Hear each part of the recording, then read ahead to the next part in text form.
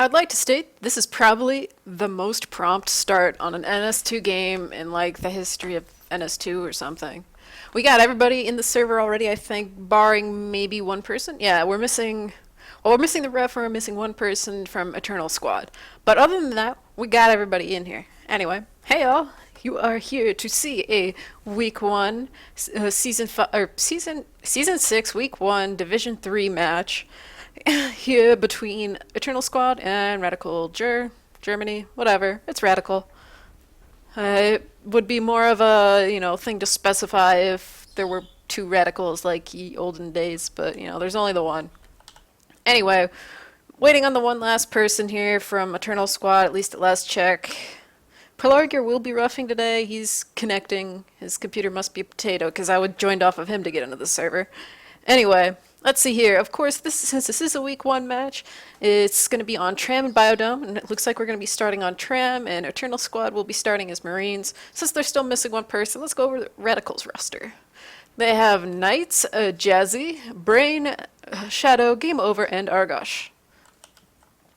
So no surprises there, no mercs, they're all good to go. We got, so far from Eternal Squad, we got Budagaz, AIDS, Stoof, SAS, and Horacle, I guess. Let's see. We have anybody else here lurking in the background on the way in.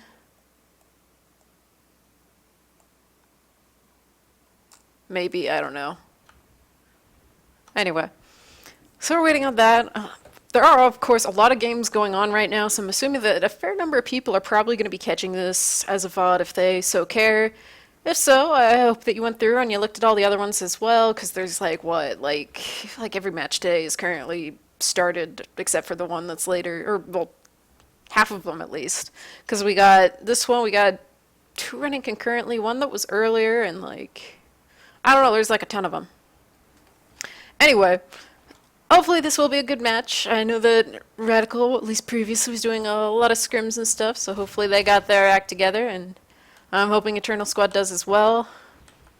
So hopefully we'll see some good games. I mean, that is one of the good things about some of the like middle-ish to lower division teams. Is it? I don't know. At times it feels like there's less of a spread in skill, but it really depends on just like. I mean, you're still going to get a skill spread depending on where teams are like placed within their division.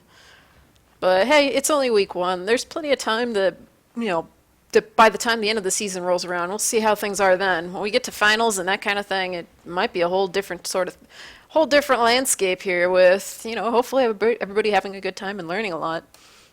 Because, I mean, it's a freaking game. You're supposed to have fun while playing it. And, if you're putting in the effort to play competitively, also hopefully you're learning how to play better. So we're still waiting. Jeez, where's Pelarger? Is he lost in the abyss? It still says he's joining. He really must be like serious business pre-cash.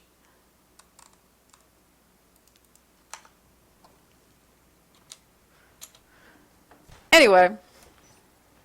Alright, and I see that looks like the stream is live finally. Oh look, Pelarger finally in game. Huzzah! And also, of course, since this is a daytime cast, there will probably be obnoxious little budgie noises chattering away. I know she just kind of squeaked away back there in the background a little bit ago. She'll do that. She'll also probably start singing because, that's what budgies do. If you are talking, it is polite to also talk, which is, like, obviously opposite of, like, a actual polite conversation for humans. Other than that, I hope you guys are all signed up with the NSL Steam group and, check out the Twitter as well because those are definitely going to be giving you all these match updates if you aren't, checking ensl.org for the schedule.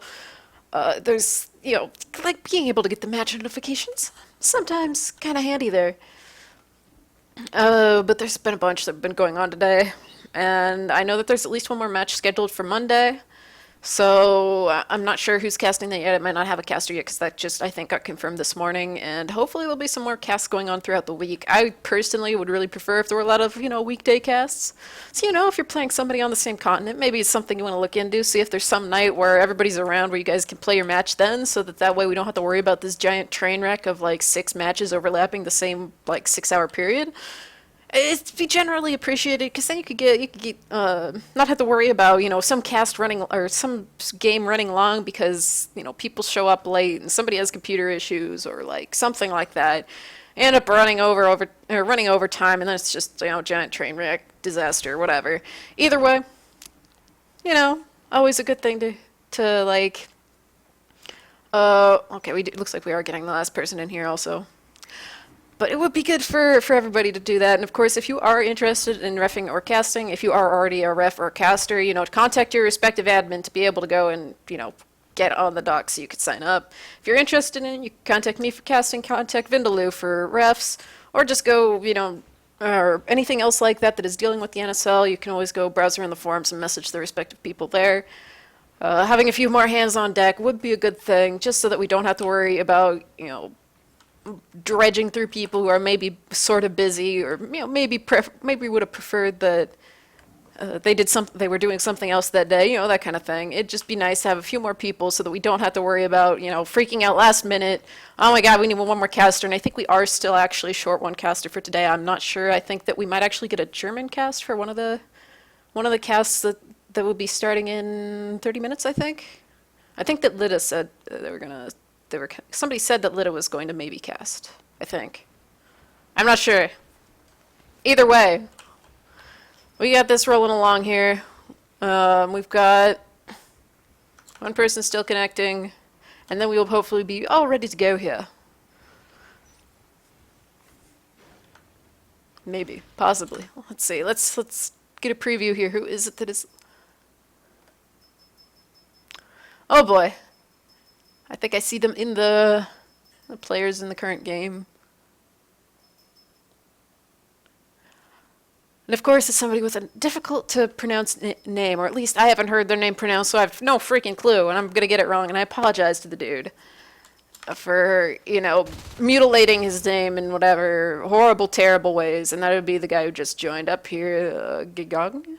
Gigong? I don't know how his name's said. Somebody quickly save me. How the heck is his name said?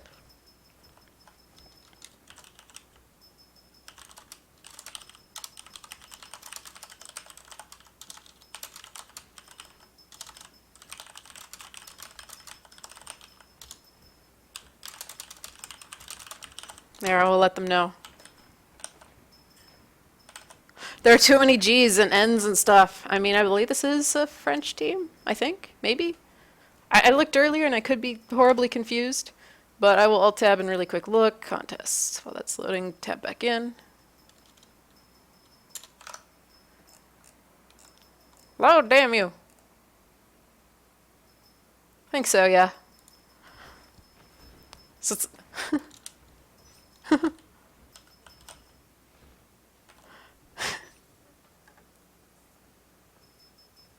Alright, so we got everybody in here.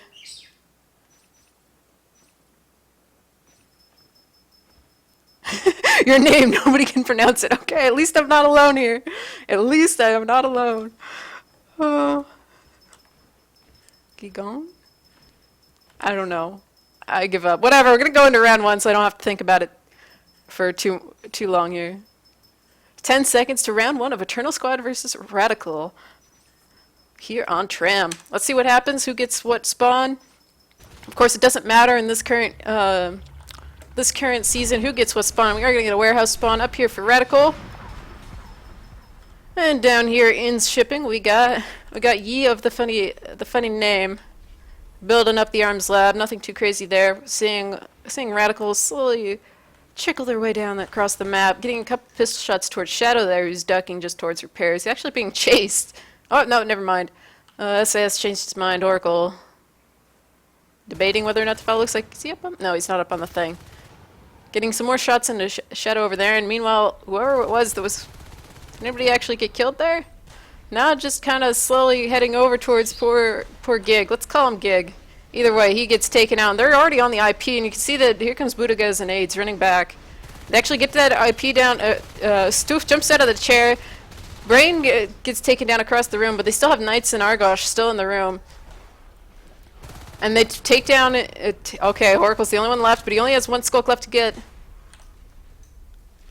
Knights is actually backing off now, and he's going to work on that RT. They do. Oh, they only have 14 res. They have to, like, recycle that IP. Or that, not that IP, that RT.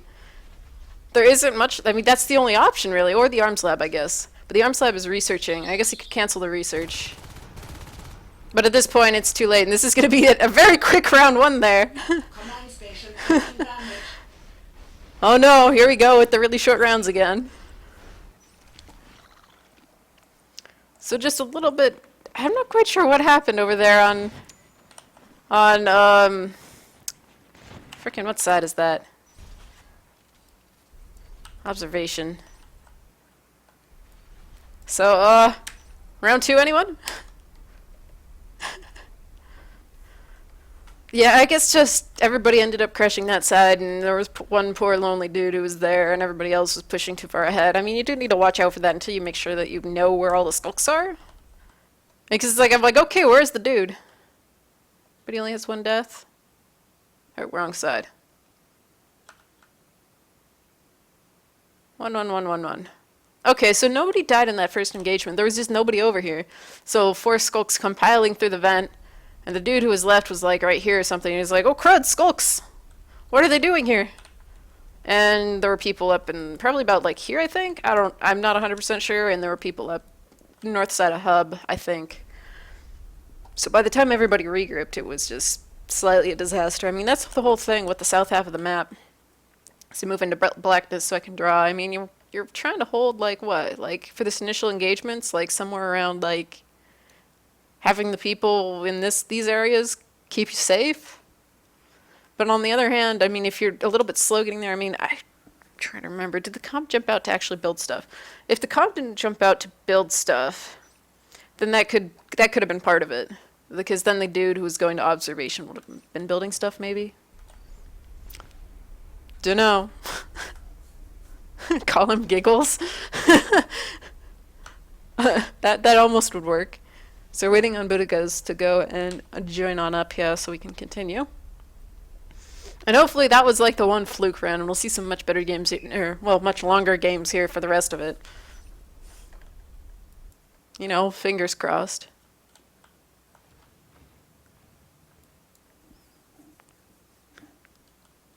But we shall see. I think that definitely I mean, you just need to make sure that you have enough buffer from where I guess, yeah, I'm just trying to figure out what happened, you know, mentally rewinding here. I guess I could theoretically open the stream, and at this point it would be rewinding, and I'd be able to see that because that round was only, what, a minute? And it's a 3-minute delay? Which is like, the skulk, if the engagement finally figured out, they finally figured out it was happening and it was in this area, then yeah, it's just not enough buffer to be able to get everybody back there to defend it. Because I mean, in most cases, even if you have that initial skulk rush, I mean, you could still clear it up and do okay. Yeah, sure, you're going to be behind, but it's like if you're doing an okay job lane blocking after that, I mean, Tram is an easy map to be able to lane block on. I mean, that's the whole thing. One of the legit strats is to just go and try and hold across the middle of the map. If you're south spawn, you're holding on to, you know, 5-ish RTs. And then you're able to get the gates up, and of course you start in hub, you expand out from there, and it's pretty safe. I mean, there aren't like a billion vents. You have somebody in hub that like blocks over in this section. You have somebody in or parish that blocks over here, and then theoretically you're blocking all your lanes. I mean, yeah, sure, you'll probably lose ET and observation of the most out of that, but I think that just generally it should be, I don't know. Or do we have Jen just show up in here? We already lose one? Looking through the list here.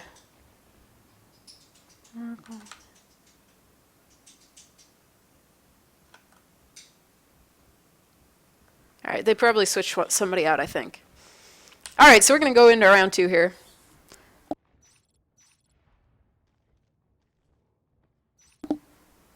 And so 10 seconds, round 2, Radical versus Eternal Squad. Let's see what happens this time. Hopefully not another base rush. Let's get a longer round. We got the same spawns, it looks like. This time we're getting an armory being built, and here comes the Skulk Pack traveling together out of the hive. Question is, will they also head down to observation? Pretty standard splits you can see coming out from Radical at this point. You got Brain moving up towards Hub. He's going to hold off there. Question is whether they suspect anything over here in observation. Of course, there are two Marines, which will definitely help out with that. You can see Knights is just like creeping along, just seeing what's going to happen. Question is whether they're suspicious just due to the fact they haven't seen any. I mean, they just need to be so careful to realize that, well, none of the Skulks have shown themselves. That is one of the problems if you are trying to do a base rush thing like this, is if they're thinking, they're going to realize that, hey, we haven't seen any Skulks yet. So either if they'd gone to Hub, they could have had one dude holding Hub and the other guy run all the way up to the alien start to just like screw with stuff. See Argosh moving back towards base. And Knights is just like scooting along by himself.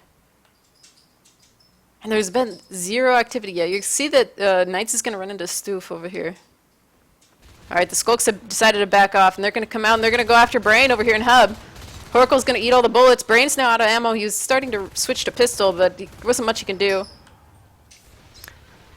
Jen takes down Game Over. Shadow takes down Gig. But the problem with this, of course, is I mean, they just need to decide if they're going to take that engagement or not.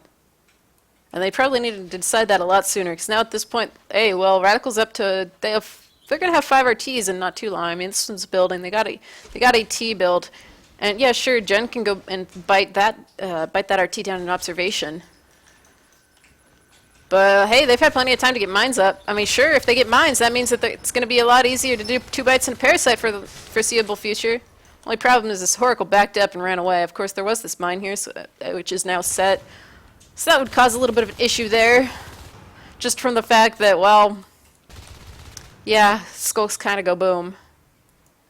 Alright, so we got observation RT down, so there's a start in that aspect. We got Shadow clearing out Jen, but it's, you know, past that RT. Brain was pushing forward along with Argosh, I think. Gig will be able to go back and heal. RT's building over there in ore, and Game's just lane blocking over here in repair.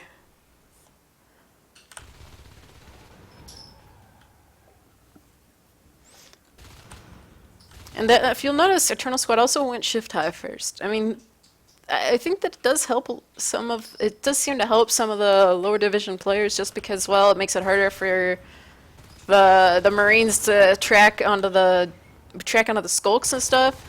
The problem is having that regen, having that armor, it definitely does help out, especially when you're fighting against a team that can definitely aim better. And if they find they're dying really quick here, which, let me take a look. I mean, it's early enough in the game that it's not as much of an issue. Alright, Gig does win that engagement there behind the window that I was closing. Brain ended up going down. But it's like, if they find that they seem to be just feel like they're taking too much damage, it probably is worth sacrificing the speed just so that they can have that, you know, that extra second or two so they can win these engagements. Knight's going down over by the tech point there in repair. We see another fight that was over here by Mezzanine. It looks like Jen was taking a few bullets there from Argosh, or at least Argosh was shooting in his general direction. Stoof popping out of the vent. He takes some pistol shots. He's going to end up going down because Gig wasn't there with him. I mean, they're split up, so theoretically it could be reasonably easy to be able to pick him off. They need to get Oracle over around there. We see some fighting going on in base. It looked like it was Jen poking his nose into base. They do have some mines around the IPs, though, and they're up to 2 IPs, so they definitely went for a fairly, like, safe build tech-wise for Radical. But just, you know, having the mines, having the second IP before you necessarily really need it. Oracle jumping in on Knights there. He's able to take him down. He's sitting at, like, you know, 3 HP or something silly. Do have a lurk up. That'd be AIDS up as a lurk. He's going to pick the guy off. That'd be Shadow, who'd wandered all the way over to server. And it looks like Mezzanine will be in a bit of danger. Game over, making sure to keep logistics safe. And they're moving out across the map.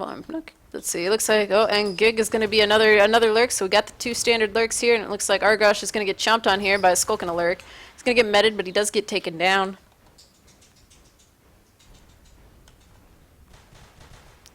What's next? We got Knights shooting at Jen. He definitely got enough damage that he should be able to take him down, or at least take him out of the engagement just by virtue of having no health. And they're going to lose this RT over here in repair. Gig taking down the mine, so we don't have to worry about skulks randomly exploding. Let's get back to the RT graph. I mean, they've taken down 3 RTs, so it's not like horrific or anything. But shotguns going, phase tech going, weapons going. I mean, just a lot of teching up going on from Radical. You can see this graph. I mean, if you're going to have the graph, you want it to be that much of a difference. Lurk's taking a little bit of chip damage, but Shadow's the one in danger of being taken down at this point. They're just going to waste a little bit of time here, and it looks like that we're probably going to be seeing the gate getting prioritized in hub, perhaps, to help lock down those lanes. Brain sneaking around the corner here. Jen getting a couple bites in, but does he see him? Well, now he certainly does. And Jen's actually just going to back up and probably go take a few bites at the one over there in ET. I guess it's just the power node. Just getting that little bit of chip damage in hopes that he can come back to it later, I guess. Shadow coming around the corner here, but there are 2 lurks kind of like right there, and he just walks into their waiting jaws. Power's down over in repair, so that's going to hurt Radical's expansion. SAS just barely able to take that down. I mean, he was pretty hurt at the end of that. Hub's also been cleared, and poor Brain is all by himself here. He does. We do have Gig, who's fairly low health, but pretty sure the other lurk could have been fine to dive that. So now with even RTs, you should look at the graph, and though they've sort of similar slopes, I suppose. SAS just playing. Oh, there are mines everywhere now. Oh no! Why did you die when I was not looking over there? I guess that was. I didn't see the corpse. Who was it? It was Brain. Brain took him down, so it was somewhere over here in Mez. They ended up taking down Gig. I mean, what's the res? They're getting close to Fade Res, so it's not like horrible that they lost 1 lurk. They just need to make sure that they don't lose AIDS, because he's kind of the only one. They need 1. And shotguns are out, so he needs to play careful. He probably needs a skulk buddy there to just kind of eat some extra bullets. We got Argosh and Game Over pushing towards Ore. Oracle's just gonna like fly at them. Aid's living a little bit dangerously. Gonna go bite a shotgunner, take a little bit of chip damage, but not that much, all things considered. Brain and Knights working on the RT up there in platform. I'm actually surprised there hasn't been the gate placed down there in hub, but I guess that's part of it, is they don't quite have enough res on hand. Sure, they can like prep for it, but they need to like decide if they're going to stop the pressure, aka stop medding people, so that way they can maybe get a couple RTs up, because they are sitting at 4. I mean, they could do with a 5th one. It looks like we're going to have Jen going into base trying to find out. But hey, there's a nice spot on that IP where they can go chomp on that for a bit. But just maybe they need to decide that it's maybe time to say, hey, quit pushing so freaking hard. I mean, we have 4 people out of base. Yes, sure, they have the ops. They have 31 res on hand. And actually lost 1 IP from that because everybody was up at the top part of the base. I mean, that was good on the Skulk. Who was it? Was it? It was Jen. So very good awareness there from Jen of realizing there are 4 Marines like right outside the hive. They can go put some heavy pressure onto the base, and I can see that there is SAS who probably also needs to go chomp on base a bit. They haven't gotten the second IP back up, so they need to send another Skulk down there probably. Oh, actually, now they have the gate up finally. So sending, oh, okay, they see that it's there. They see that they need to do something about this. The fact that there is the gate. There is kind of this problem called Shadow is right around the corner with a shotgun, but he's kind of hurt, so he's going to get mowed down. Game over, porting back. Taking out quite a few mines here, and now, oh, nope, never mind. I was going to say they might lose their lurk, but, oh, he could have taken down Game. Game's able to recap that shotgun. They got Argosh there. Well, meanwhile, they have some problems in the hive. Brain gets taken down. Knights is still somehow alive, and he gets cleared off by AIDS. We've got 1 tick until it fades. But the problem is, of course, there's kind of this phase gate, and if they're scanning at all, they might notice that the fact that there's kind of some fade eggs, and that'd be bad, because, of course, you know, you kind of want to keep your fades.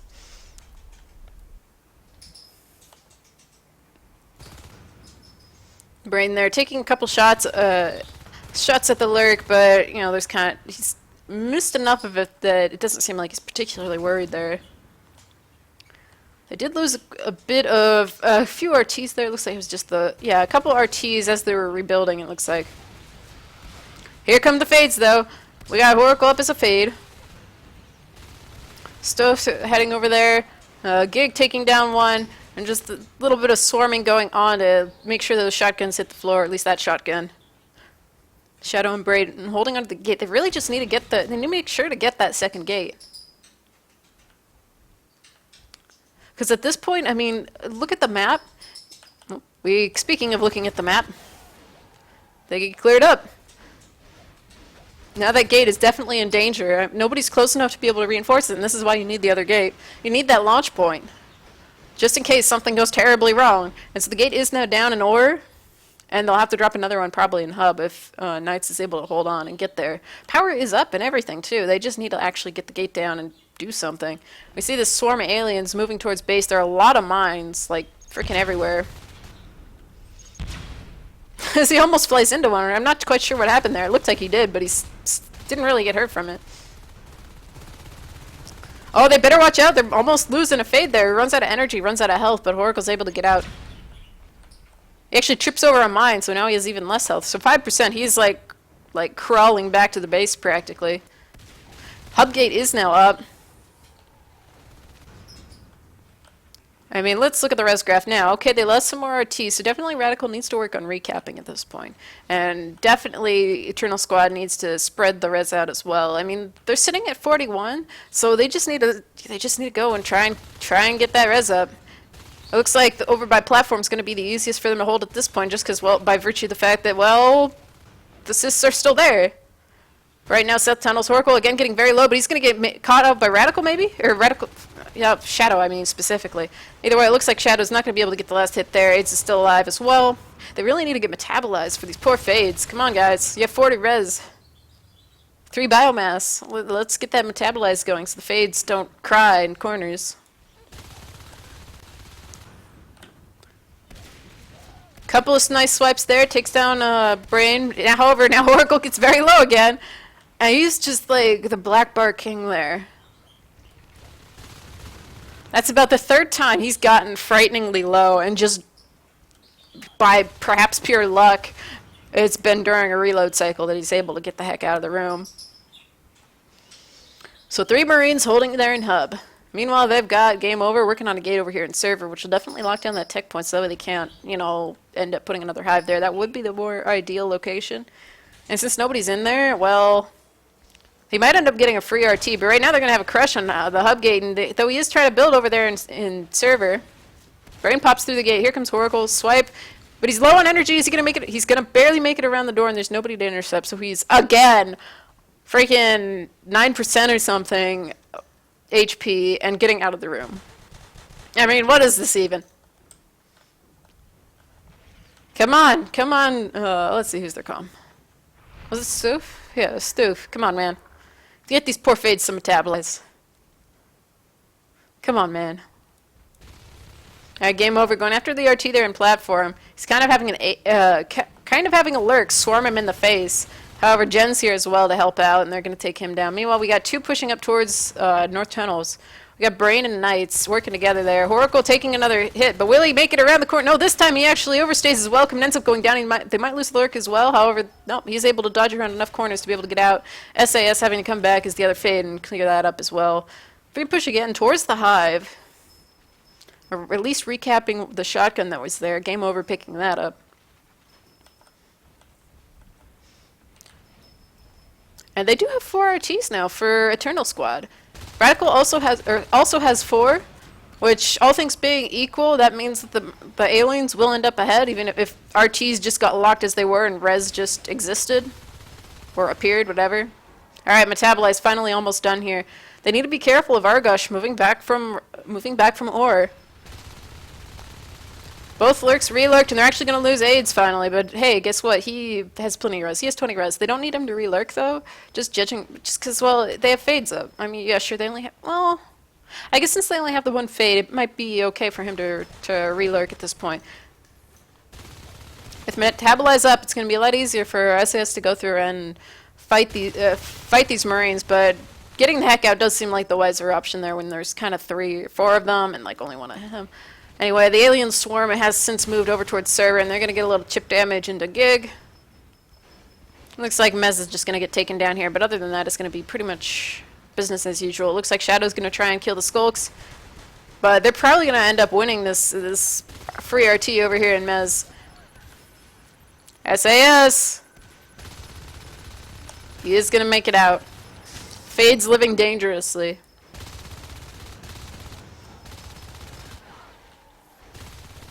Alright, Knight's is still alive, getting chomped on by a lurk as he tries to shoot the Skulk. He does end up going down. There's a whip and a crag that have since been echoed in. Shadow scaring off Gig, getting a couple of nice shots on him. However, the poor whip is off of infestation, so he can't really do much. Poor little whip. Poor little whip. Alright, so we got 3 over towards hub, give or take. And it looks like that echoed in crag isn't going to do much now. I mean, yeah, sure, it would have been nice if they'd have been able to hold on to it, but I think the fact the whip, even though whips aren't exactly the greatest thing in the world, ended up off of infestation. It just was not going to end well for the poor whip. So right now it looks like a turtle squad has been able to expand south towards a repair.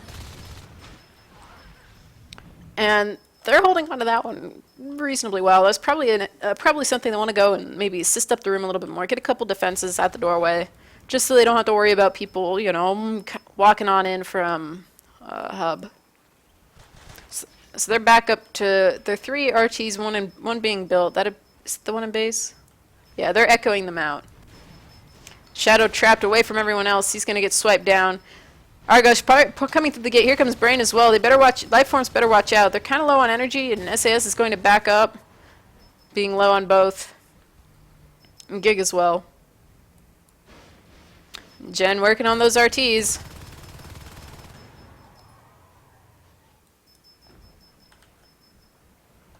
And at this point, let's look at the Marine Tech. I mean, they've sort of there's at weapons 2, armor 1.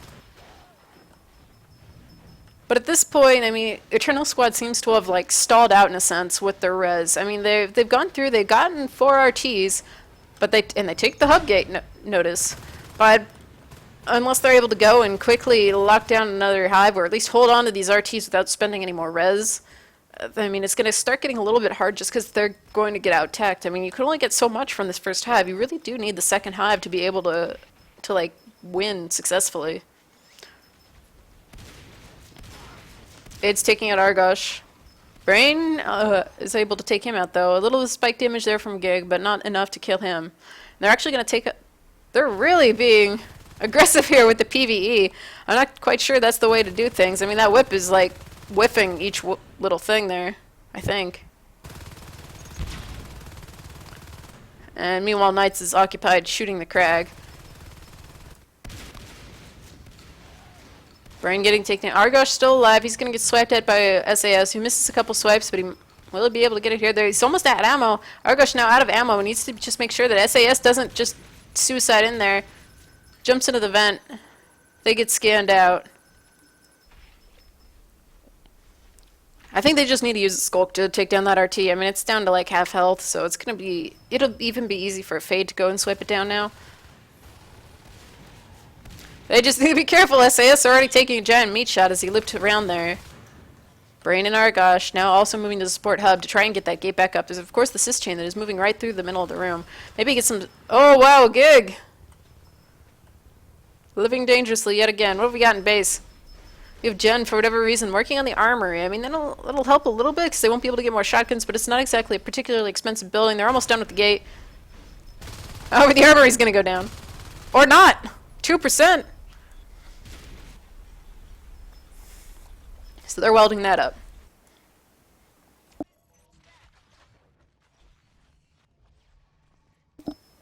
Alright, so the armory's been welded up a fair amount. I don't know whether he's going to weld it all the way. But we're sitting at almost 5 RTs for Radical, and we're sitting at 4 for Eternal Squad. Meanwhile, the gate in Hub has been left unguarded. Argosh is going to jump through the gate, and then immediately get chomped in the face. Here comes Knights back from, oh no, somebody hit the gate! Hit the gate! I think Gig is trying to hit it. Okay, they do take out the gate. However, Gig gives his life to be able to take the gate down. I mean, I guess that's a reasonably even trade, I guess. I mean, let's see, what's his res at? He's at 24 res, that's okay. Alright, let's see here though. Hey Jen, why aren't you in Onos? I just noticed you have 64 res. Knight's getting swiped down. Fade swarm, swarming very fatally. Aid's now up as a fade, so trading a little bit of life for trading as far as life forms go there. Gig, come on, Gig. Barely able to escape. SAS showing up to clean that up, clean up Argosh.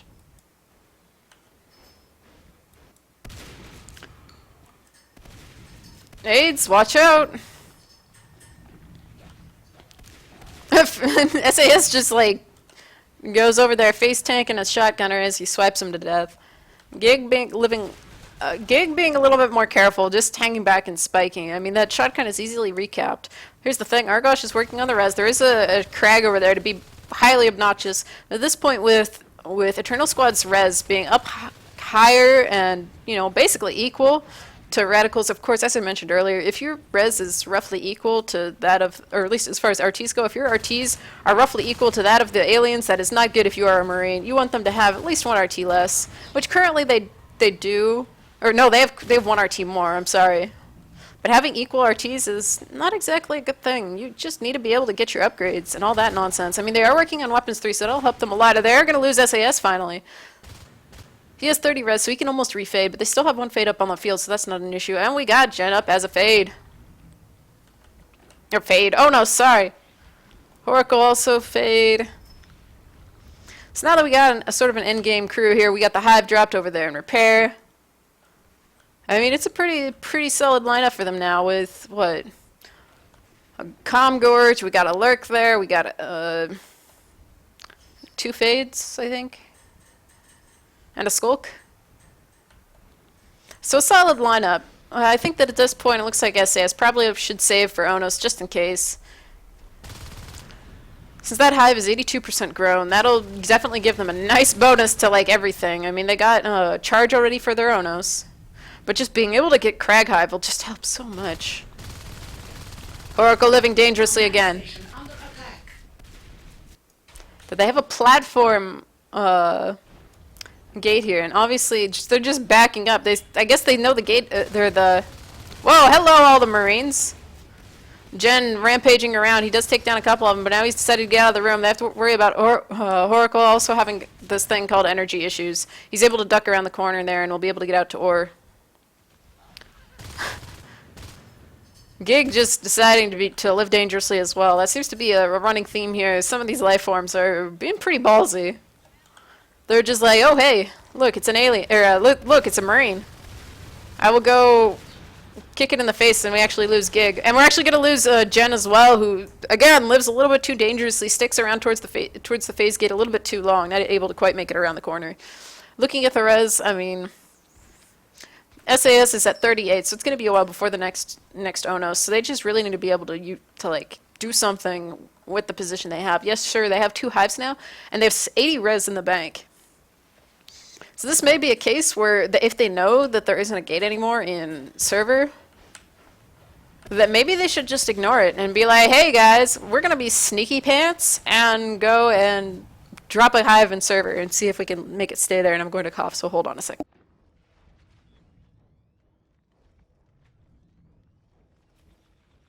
Alright, sorry. So that may be a case where they want to go and be like, hey, nobody's up there, let's ignore that RT entirely. Pretend that we don't know that it's there or something.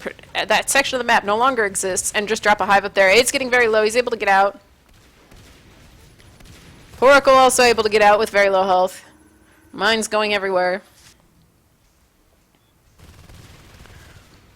And just use that as your advantage, I mean. They did lose an RT there, so Eternal Squad sitting at 3, while Radical's almost up to 6.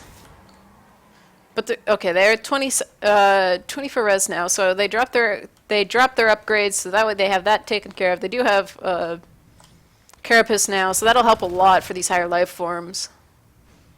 42 res for SAS. I just hope that at this point, some of those people that are now sitting at about 19 res aren't planning to also, turn into fades if they are still looking kind of iffy when it comes towards when they have Onos.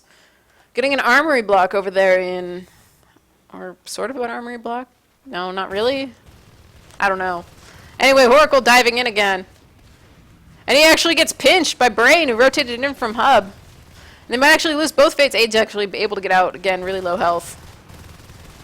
SAS keeping them occupied. Looked like Stoff was maybe contemplating going in, but decided that losing his little gorgy self was probably a bad idea.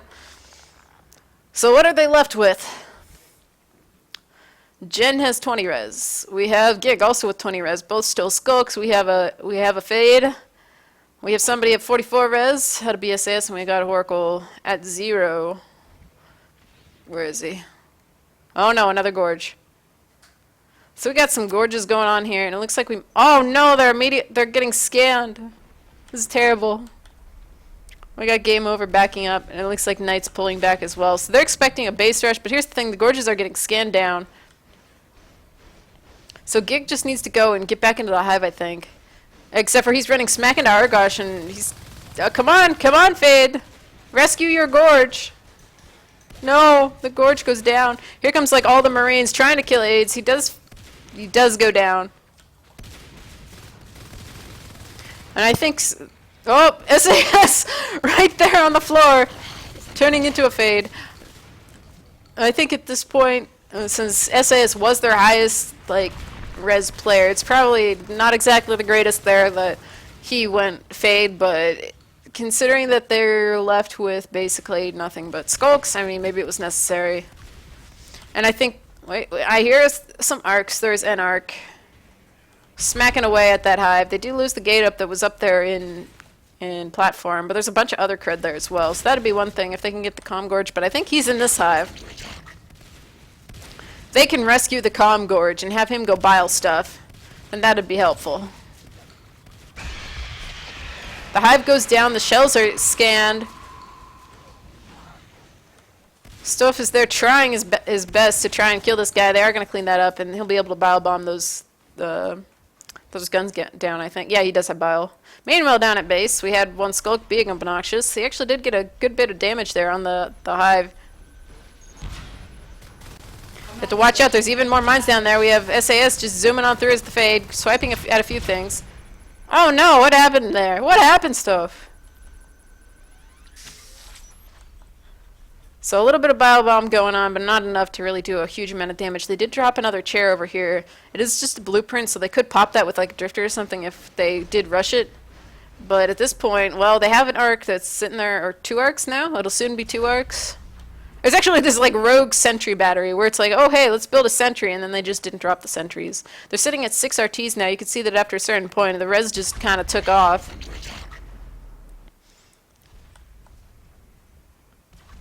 They did move all the stuff down there, but I'm pretty sure that was still scanned when the hive dropped. So this is probably the last stand here for Eternal Squad, at least for the for this particular round. The poor hive getting just arced like crazy here. The blueprint did get popped over there in ET.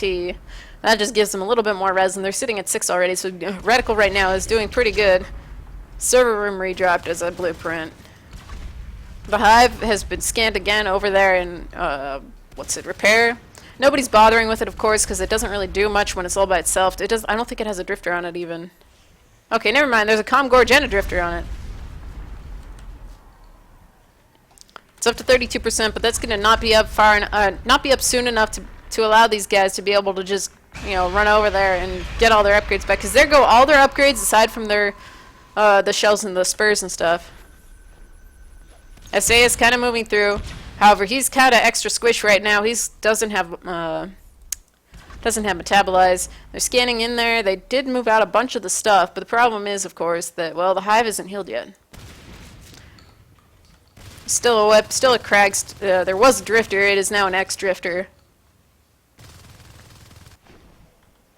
But at this point, there isn't much of a way for Eternal Squad to come back unless they do some sort of crazy base rush. But with 3 already dead, it's going to be really hard for them to be able to win this round. I mean, they have to get that hive up, and it's at 97%. They do finally get the hive back up. They have 83. They have 83 res, 63 now after they hit some more of the egg buttons to get everybody alive again. So more gorge attacks, it looks like.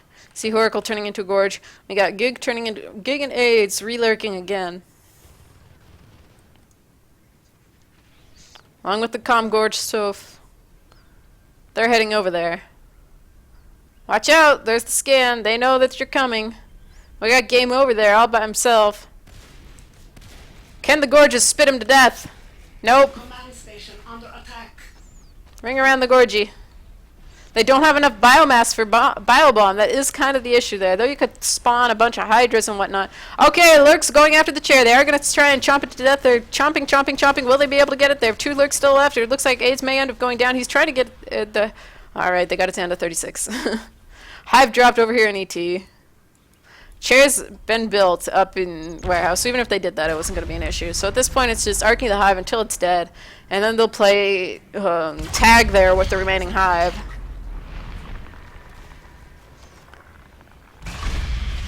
And the hive over, the hive over there in freaking ET has been scanned.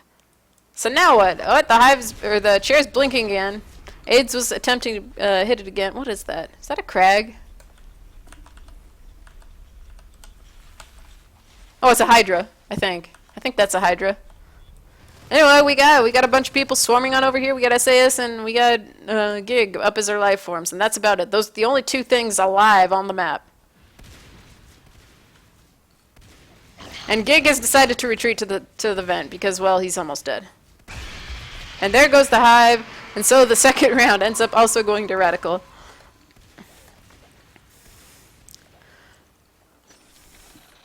All right. Med pack, it says. All right, so we'll be going to Biodome next. Okay, looking at this, looking at the graph, I mean, you could see that for a while there, I mean, it was going pretty okay, at least as far as Res 1. I think that part of it may be just Eternal Squad maybe needs a little bit more, what's the word I'm looking for? They need a little bit more coordination, perhaps. A little bit less of the, like, ballsy plays and a lot more of the, like, coordinated ones that are definitely going to get something done 110%. Because it seemed like the fades kept getting blackbarred, especially Horacle, who was, like 90% of the time he was getting blackbarred. It was kind of insane. Anyway, I guess we're going to have a server change here. I'm not quite sure where we're going to be going to, or at least that was what was said. Server change. So wherever the heck we're going, I'm assuming I'm going to be informed here. And then we shall head over to the new server and continue on with Biodome. Theoretically. Alright. Knights is also confused. Server change.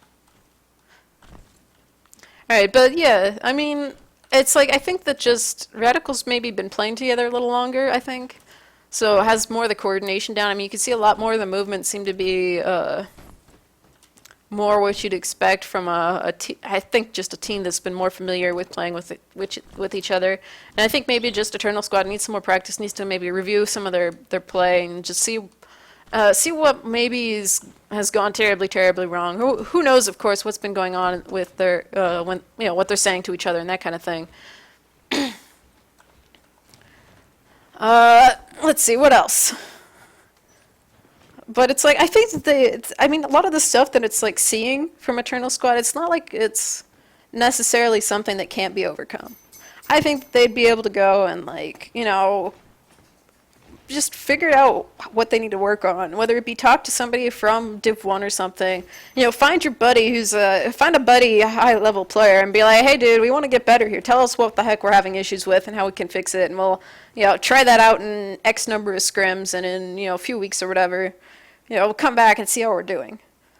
It is one of the things that if you're playing on a lower division team, it's definitely something you'd want to try and do just because it can help you out so much when you're talking to somebody and they're like, hey, we're having some, one of your issues is you aren't lane blocking, so you aren't letting, you're letting skulks through or whatever. Or, you aren't getting to points so you can keep this, you aren't getting to the point of lane blocking soon enough. Okay, where is everybody going? Let's see. All right, looks like we are moving servers.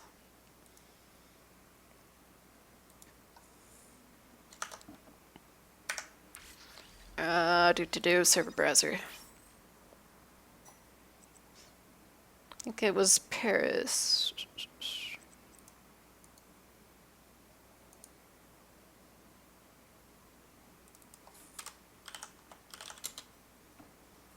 All right.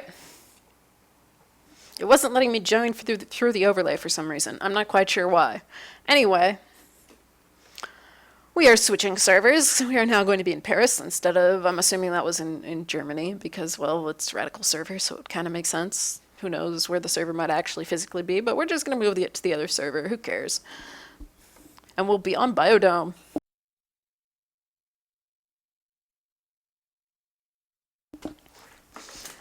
Of course, with Biodome, well, I'm really hoping that they're going to, we're not going to have another short marine round there for Eternal Squad. I know that, but obviously, if you mess up your lane blocking on Biodome, it can go terribly wrong. Think of the final round of the NS2WC. Yeah. Well, let's not have a rogue skulk come in from Bamboo and several rogue skulks come in there and end the game right off the bat again. At least if you're holding and seating in Bamboo, it's fairly easy to just kind of stay put and you stay safe. But then again, I said the same thing about Tram, didn't I? I mean, I guess there's that extra lane in there that starts off right off the bat. South Tunnels, that is. But, we'll see. I mean, the other thing, of course, with Biodome is if stuff doesn't end very quickly, there's also the entire possibility that it'd be a really stupidly long game because Biodome just seems to have that effect on people. You end up with it just being the tech points may be farther apart or not tech points, like RTs being a little bit farther apart, that kind of thing, where things take a million years. You end up with some stupidly long, hour-long game or whatever. But at least if something's taking that long, hopefully it's a good round where everybody's all neck and neck. Of course, on this map, we'll be watching for the initial pressure over here towards Agri, and the initial pressure probably down into seating also. So just this, or Bamboo, either one of those. I mean, it really depends what Radical's planning. Who knows what they're thinking about.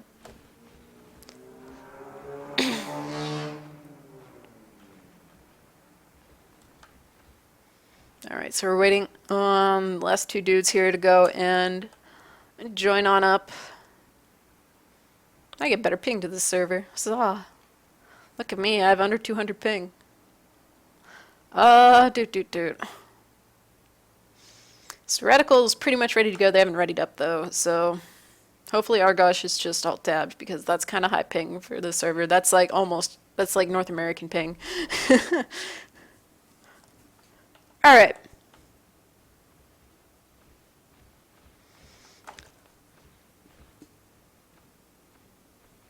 So let's see. I'm assuming I know that the other two games started that we're starting at 1 my time.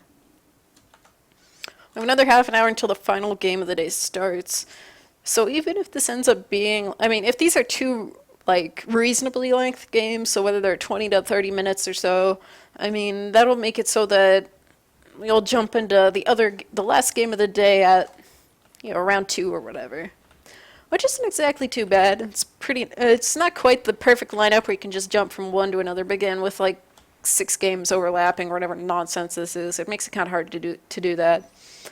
Again, if you are on a team, if you could schedule a match during the week or, on Saturday or something different, I'm pretty sure it would be pretty awesome because it means that people could actually come and watch more, as opposed to right now where, again, overlapping matches equals you're either using multi-twitch, you're catching the VODs, or you just give up and you pick one and watch it and that's it. So let's see, they still haven't joined up. Come on, guys. Let's see, is there anything else, other shenanigans going on here? If you are new to competitive NS2, I got a bunch of links that are in the text beneath my stream. If you scroll down, you'll find all the links to all the different leagues and the Twitch, or not Twitch, the Steam group for match notifications, the Twitter, pretty much everything down there. If you go sign up for that, you make sure that you don't miss any of these future matches, despite them being overlapping. Again, guys, try and schedule not all during the same 3-hour period if that is entirely possible. Okay, yeah, sure. It's not when you're talking about fighting teams on opposite continents. But if you're fighting another team that is, you know, maybe just a country or two over, or a mishmash of other countries in your general vicinity, you might be okay to, like, you know, see if you could play maybe, I don't know, Thursday night or something. Who knows? But yeah, we're just waiting on round 3 here, and since we switched servers, that'll be 2 points for Radical. Since it does not keep the score between server changes. Let's see. I remember if there's anything else silly like that. And of course, if you played more during, or paid more attention during the previous season, Season 5, there is another update to Comp Mod. I don't think it's in the document that I have linked, or the changes I don't think are in that document that I have linked at the bottom of the stream. I think there's a separate document for Comp Mod 4. But I don't, as I said, I don't have it linked, so you may have to go to the to ensl.org and poke around the forums. I think it's in general discussion or general NS2 discussion, something like that, where there's the information about the 4th version of the comp mod. And there will be, I think that most of the changes in there are pretty much just little number tweaks, except for I think the main thing that changed was cysts, how cyst health works. And that'd be the farther the cyst is from the hive, it's going to be lower health. I'm not 110% sure how it decides that versus 2 hives, but because I haven't had a chance to really experiment with it much, since I haven't really done much calming since the 4th one came out. But I'm assuming that it works it out somehow, and I think that's the main change, along with HMGs taking slightly more time to research and that kind of thing. And wow, that was a really weird looking bug if you saw up in the top corner of the screen from the, like, being on, Argosh being, like, on the edge of relevancy, I guess. Where, like, his skulk was staying put, like, right here, and you could see his name just kind of like, doo-doo-doo-doo-doo, the name is running away. That was interesting. Anyway, we got everybody joined up. I don't think we have any, you know, anybody swapped out. So fingers crossed this round ends up being a lot, you know, less one-sided as that first round of the day was. We do have a ready app from Radical, so it is just waiting on Eternal Squad to get rolling here.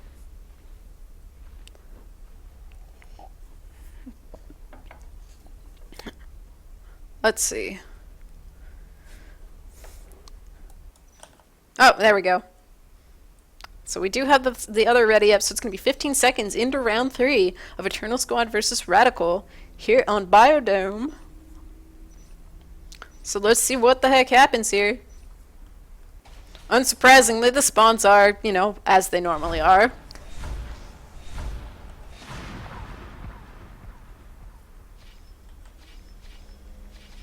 And they're going to go for an armory. This is, you know, hey, we learned from the fact that there was a base rush.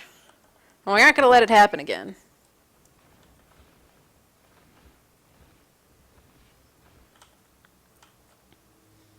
Alright, SS and Oracle working there and seeding. Knights and Brain are set up to sort of head that way. And it looks like here comes Argosh and game over as well. Mines are done. So the question is, are they going to get some mines up? And they are already. We've got one over by the IP. Actually, it's Stove jumping out, and he's going to go over there and start on the arm slab. So that's part of maybe what the issue was, if they're having somebody stay back and the comm jump out to help with stuff. You see that there's just this little cluster of skulks just waiting. Then again, Shadow's going to get found out. He was hiding between the pillars, but I don't think it's that that good cover. Come on, game. Yeah, I mean, it's like, it's a pretty typical spot, I think. Alright, we finally have the giant pack of skulks moving through here. Alright, then we're going to have, I think that was Horkle getting taken down. SAS taking down Brain. Argosh getting down to like no HP. However, are they going to be able to fight it? Argosh, are you going to be able to do it? No, he's going to get cleared out. SAS, the victor there. Everybody else dying a terrible death, of course.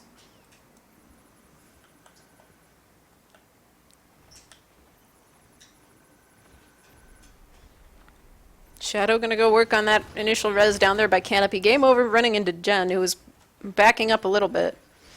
Of course, with Bamboo left open, this did allow Radical to get in there in the first place. Game over, waiting on the ceiling. Of course, he is wounded, so if he jumps in there, he's gonna get a bite in.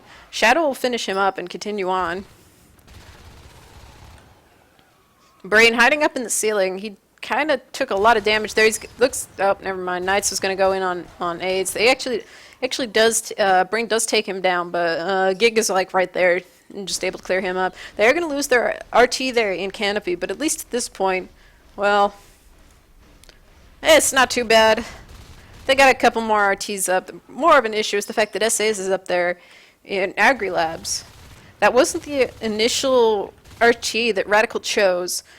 So though they do have this little drifter, which I hope is not tasked to go, which okay, it's not tasked to go all the way over there. So they're just going to give up the assist there. I mean, that's a couple res here and there, whatever, who cares. Meanwhile, Shadow took out AIDS there in Bamboo. And Game Over's working on the RT there in seeding. Question is Horkle going to be able to get the jump on him? Game Over is full health. Couple pistol shots. Now they get to dance around the RT, and it looks like it will go down. Game now heading over towards him to try and clean him up. But he's going to get killed. And they're going to lose platform.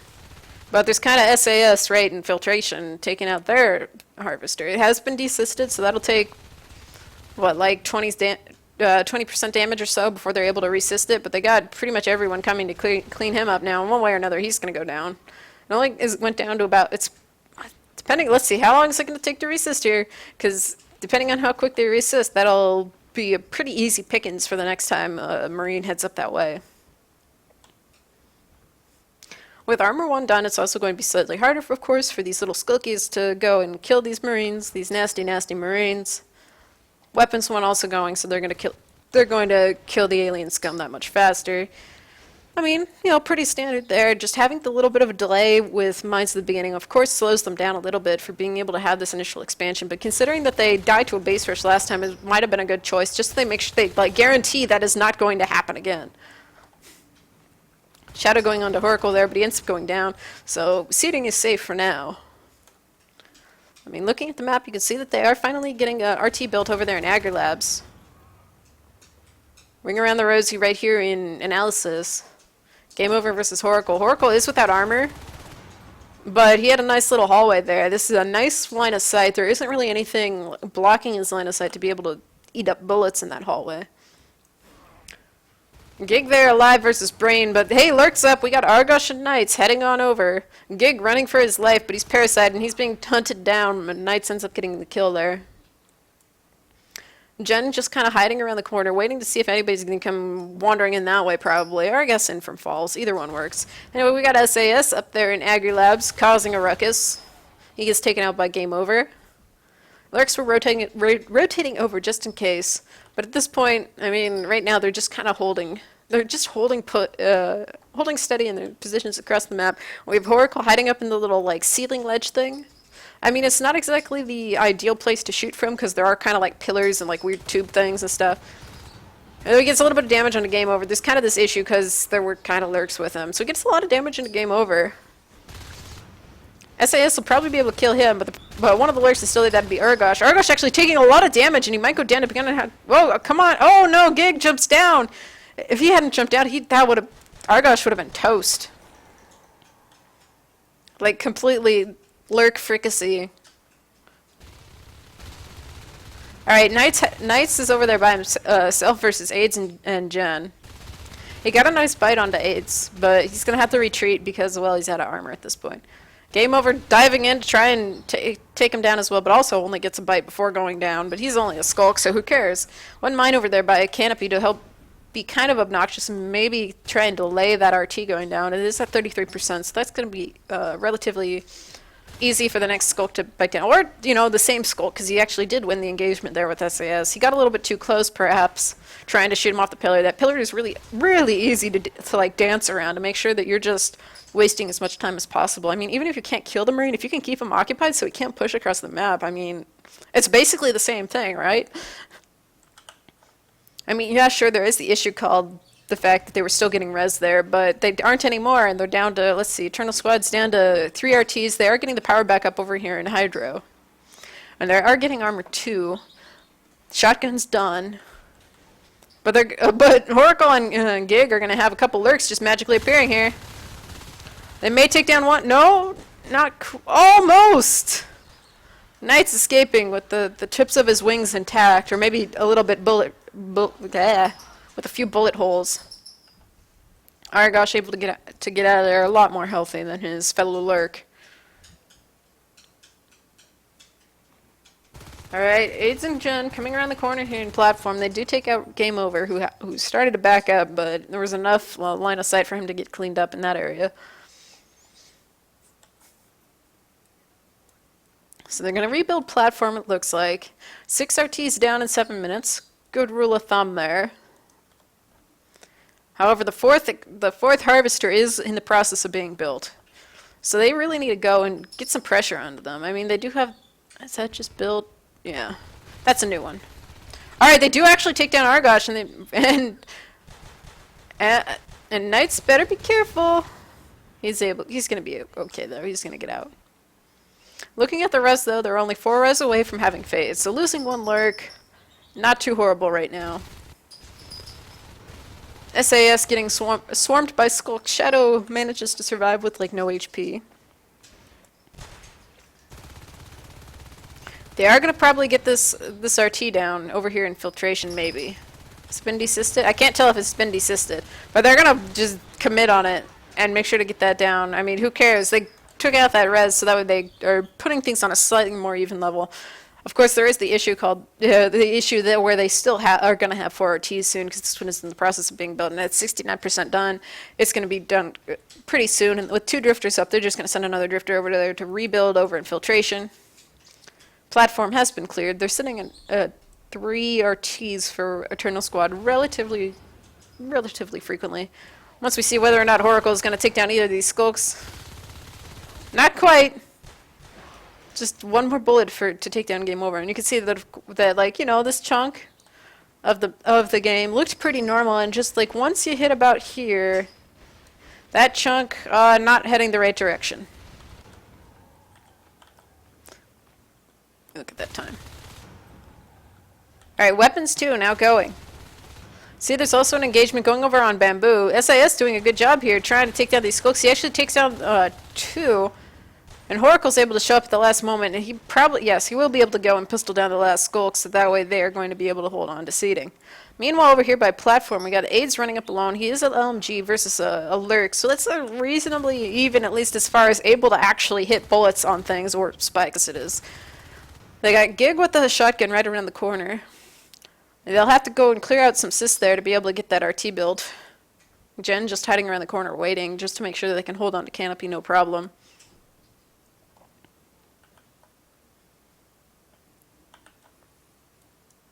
Alright, we got the fades though. We have Game Over and Brain both up as fades, and they're going to zoom on in to kill Oracle. But the thing is, of course, they can't exactly do much about that RT. So it goes. Anyway, Jen protecting canopy. He did lose his armor, but he has a shotgun, and that's pretty scary, even for the fades, for the lurks, and definitely for those Skulks. Age just face tanking the lurk spikes. He does probably... He's too far forward to really be able to do much. I mean, there is a little wall here that he could try and hide behind, but obviously he just went down, so there isn't much he can do about it. Gig is hiding around the corner with a shotgun, so he's hoping to get a good pick on, you know, whatever the heck happens to next come through that doorway.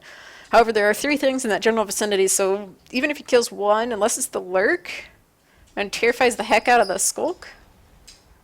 Oh, there goes the Skulk. Actually, the lurk was looking at the other Marine, Jen, coming from Bamboo.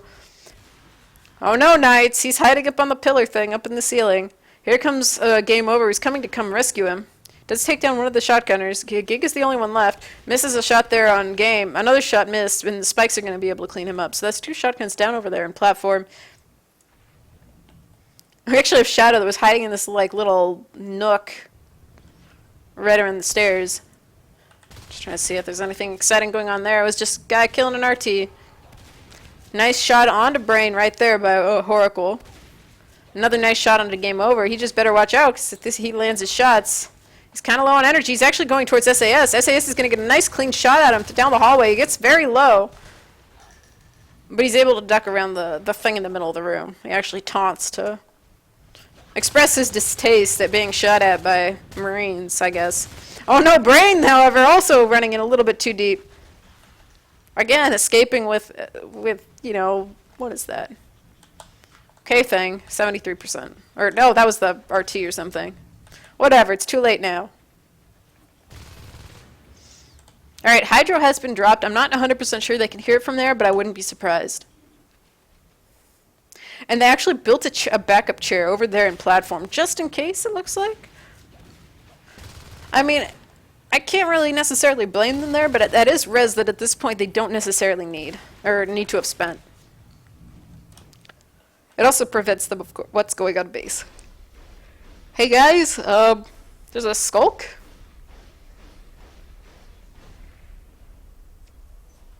I finally realized there was a skulk. There's one little hole in that. The comm is going to have to jump out. I mean, we do have this issue with the Marines in the base.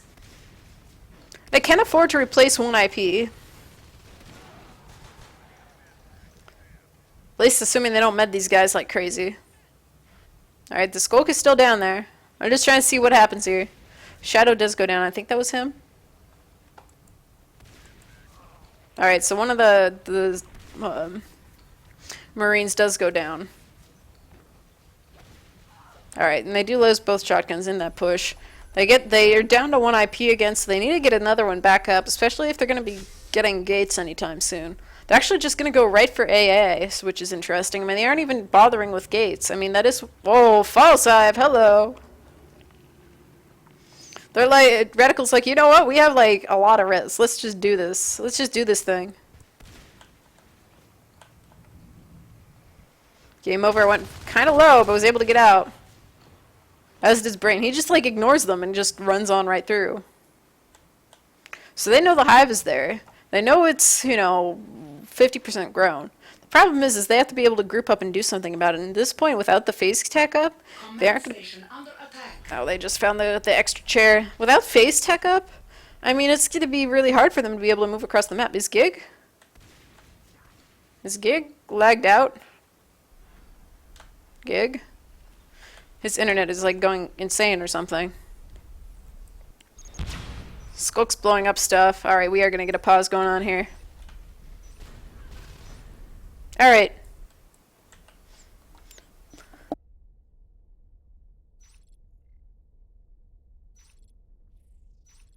Alright, he actually did crash. It did kind of look that way, but I wasn't 100% sure. It looked like he was at first just lagging like crazy. So hopefully he'll be coming back soon.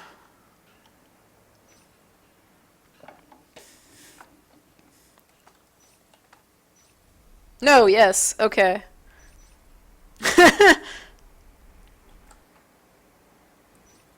Maybe.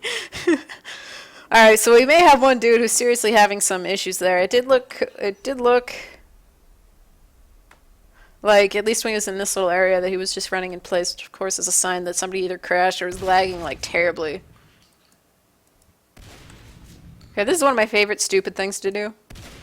You can watch the action over and over again. It's like half a second replay. It's fun. Oh, I messed it up. There we go. It's more fun when there's a corpse, because you can watch the corpse go flying. Oh, wait, there is one.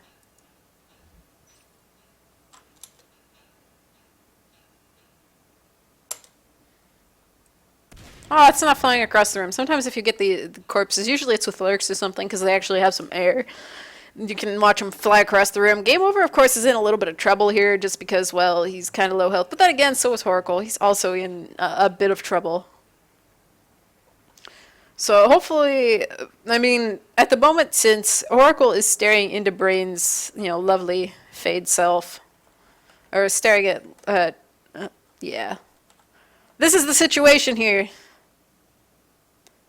And I don't think it's looking so good for Oracle.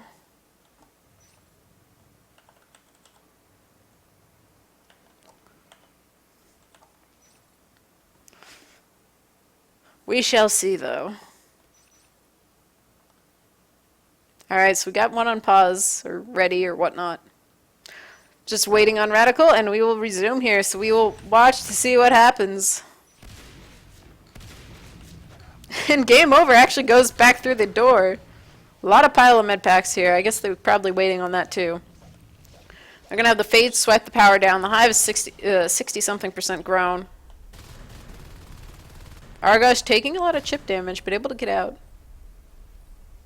And Shadow is 7 res. Does that mean we got a nose? We got a no-nose, folks. So with that Onos soon to become an issue here, there's also this issue of just cysts being everywhere. Alright, we are going to finally get Phase Tech, but I think at this point it's too late. I'm not quite sure why we got an AA before we got the Phase Tech. I mean, that is something you normally end up seeing happen pretty much after shotguns. That'd be the next thing. At least in most cases when you're teching out, that would be the next thing. You'd go like... Depending on pressure, you'd end up... If you're getting mines, you'd get mines. If not, then it'd be, you know, armor 1, weapons 1, maybe weapons 2 and shotguns happening at some point in some order next to each other. Then you have to decide if you're going to get armor 2 or phase tech. I mean, maybe somewhere in there, depending on how much pressure you're getting, you're going to get your obs, and then you'll get phase tech, and, you know, that's when the second IP, if you haven't been dying excessively, that'd be where you'd get your second IP. Shadow's just going to dive on him. He does take a little bit of damage. There's aids there with the shotgun. He's kind of trapped in the giant pile of, you know, couple of Marines there, but he's going to end up clearing them up. Jen going down as well. Shadow did get pretty low. He's down to 45-ish%. But at this point, green is just like spreading across the map.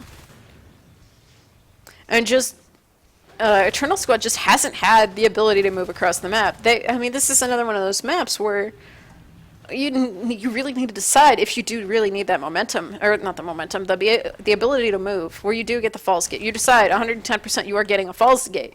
You are going to get then one of the alien natural gates to be able to win the game. Falls is now done. And of course Hydra was finished a little bit ago too. So biomass going, they're going to be able to get a lot of fun upgrades there for all the aliens. All the lovely aliens getting their shiny new toys to play with. Knights is in there all by himself. I mean, it's like this, I'm not quite sure what advantage this chair is giving them. I mean, they weren't really being pressured too badly. I mean, if you're gonna, yeah, I don't know.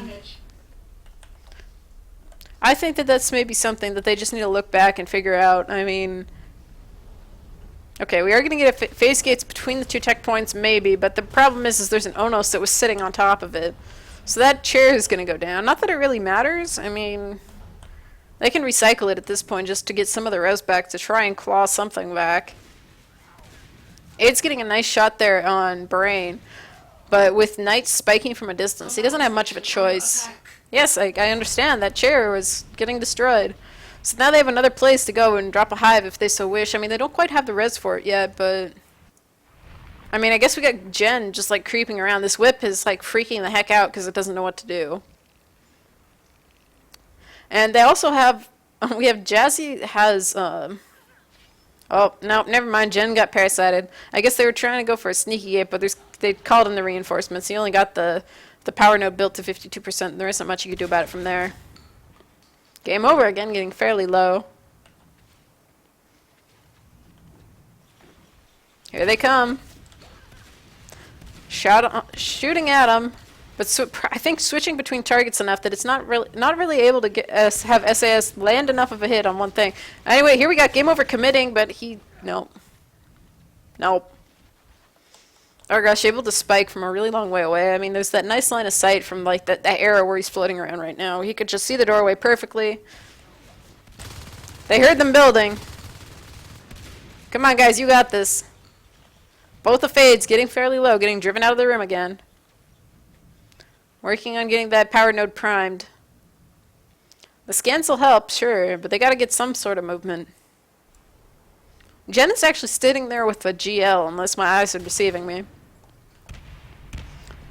Which, GLs are not for fighting life forms. They're for fighting structures. I mean, yeah, sure, sometimes you can get a lucky shot and take out a lurk or something, but they aren't going to do much when you're fighting in this hallway as they are right now. Oracle getting kind of low. Having a duel with an illusion, which does end up going down. Game over getting kind of low, but not too bad at this point. He's going to be able to take out aids, maybe? Maybe? Okay, he's just going to go through bridge and head back somewhere safe to heal. Do we have 2 GLs over here? No, okay. We have an LMG and a GL. But just the GL is good for structures. If there was like an obnoxious... The GL would be more useful on this side because there are the 2 whips right around the doorway. So if you're going to have the GL anyway, it needs to be over here, somewhere similar, where there's a bunch of those structures where you can bounce the GL off a wall. Nice use of hallucinations there. Sending them in first so that way they eat all the bullets. Or, you know, most of them. And then just like alien swarm taking out the gate. There's like a billion of them. Where are they all coming from? Oh my god. That gate is gone.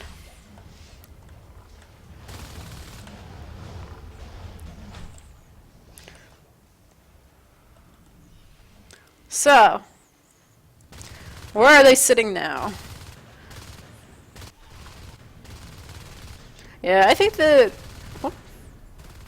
As game over, ducks around pillars there, swooping in and out. They got Umbra up here too, so that's going to make it that much more obnoxious. Argosh living a little bit dangerously. Will he go down? Not quite. That Umbra helps out a whole lot at this point in the game. They are at only weapons 2, I think, still? Yeah, weapons 2, armor 2. So, I mean, they aren't, like, doing maximum damage, but it certainly does hurt a little bit when you have 3 Marines shooting at you. Shadow able to back the heck out. Knights can actually also go Onos with, you know, upgrades and stuff.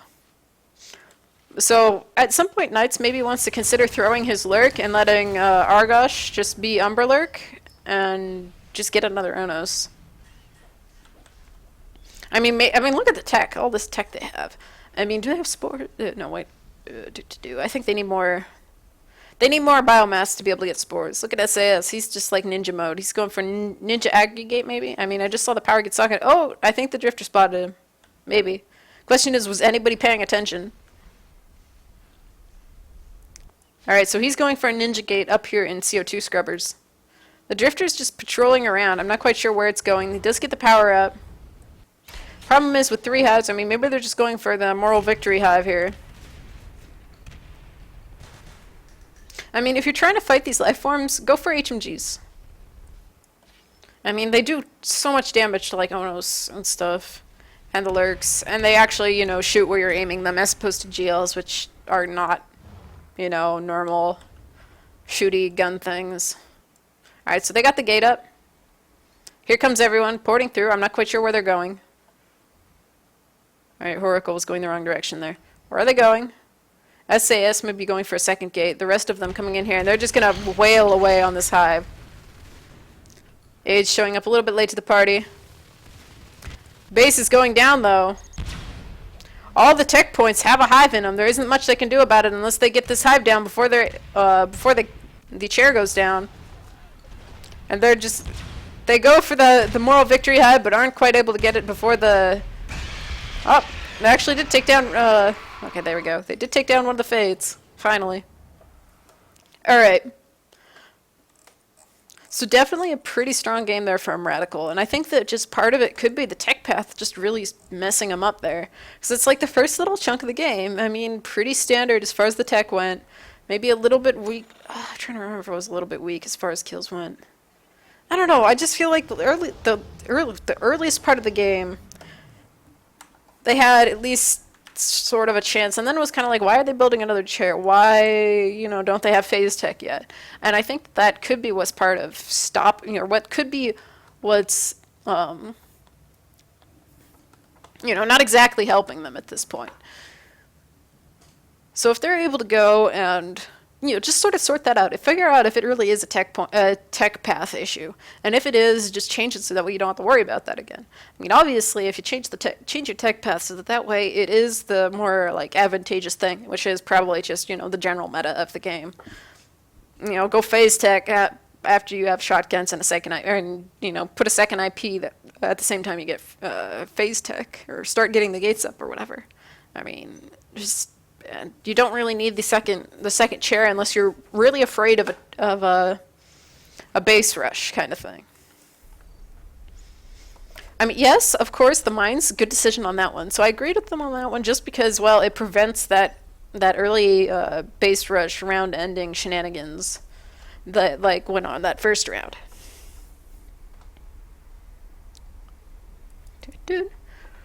So I don't know. I mean, it is good to try different things, yes, but just like at a certain point, I mean, you got to practice the tried and true things that people have proven will work if you're thinking, or what is it?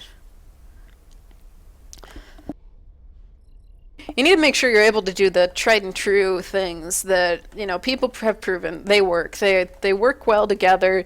Like having the second IP, so you can having the second IP when you have phase gates up is of course so that way you can have people respawning at a good rate, so you could pop through the gate and reinforce it.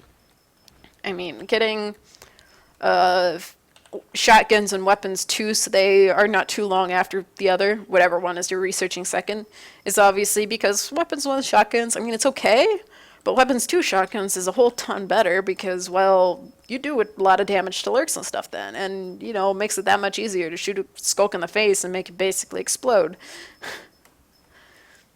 I mean, stuff like that, and like, let's see. There was some sort of chaos with like the initial thing. I mean, that's like watch a higher div match, and most of the time you'll see everybody get out of base and go to their respective assigned lanes, and then have RTs, whatever the heck you want to say. They go to their respective areas and do their normal splits, and the comm will jump out of the chair and build something. If they have anybody stick back, I mean, normally it's because. I mean, that's like most of the time is when you see the comm jump out at this point. I mean, I guess if the comm stays in the chair, I mean, they're occupied doing other things and somebody's building, whatever. But just like, or you have everybody power build, and then everybody get out, and then the comm can decide whether or not to jump out. I mean, because you don't want to obviously spend all your res in that initial part. I don't know, chaos. I'd have to do more math. More math is evil.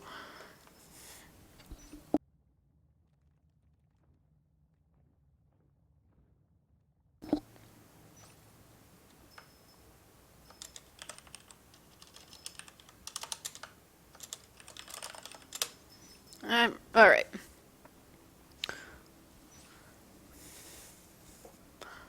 So I think, I don't know. I just hope that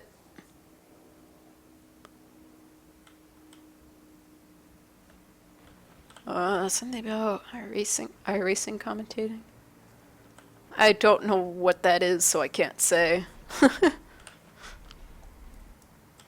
I do like doing casting commentary. It is pretty fun, though. I mean, you get to think about all this stuff and how stuff really meshes together. What is the word that I'm thinking of? Synergy or something like that, probably. Like that. Yeah, that was going back to thinking of the phase tech plus second IP thing. I mean, obviously, you can go second IP earlier than that if you're going to be putting a lot of heavy pressure and you don't want to risk, having all your Marines up in the top half of the map, having them get wiped, and then having that stupidly long queue as everybody who's dead sits there, twiddles their thumbs, and waits for their buddies to respawn because they're last. But at least in that, I don't know. We'll see. All right, so do we have ready up here? Radical readied up, so we're waiting on a Eternal Squad to go as well. Rosters, are they the same? But I guess. Alright, Jen disappeared. It's Budagaz that rotated out the first one and is back now, I guess? Sounds right. So I think we're good on that one. SAS starting in the hive. I'm wondering if... I mean, because Stoic before was was their comm, so I'm wondering if that means that we're going to get a gorge and going to get the tunnels from side to side, or maybe base tunnel to side tunnel. I'm just speculating here, because it's like, I don't remember what they did on their alien round on Tram. But this is a map we're definitely considering having your gorge so that way you can get that initial ability to either cross the map from filtration to Agri Labs. You know, so the cross tunnels from like here. Oh look, okay, whatever, that'll work. I don't even have to remove the circles.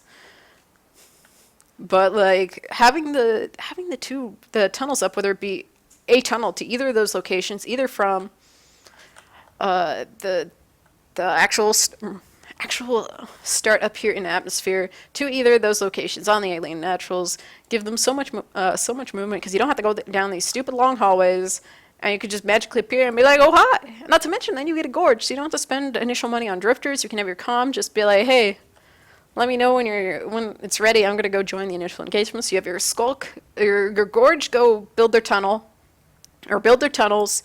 You start your crack or hive upgrade. You have the comm jump out, join the group, run headfirst into the Marines, and then by the time your gorge has their tunnels built and is all prepped and ready, then you could drop the harvester and be ready to go.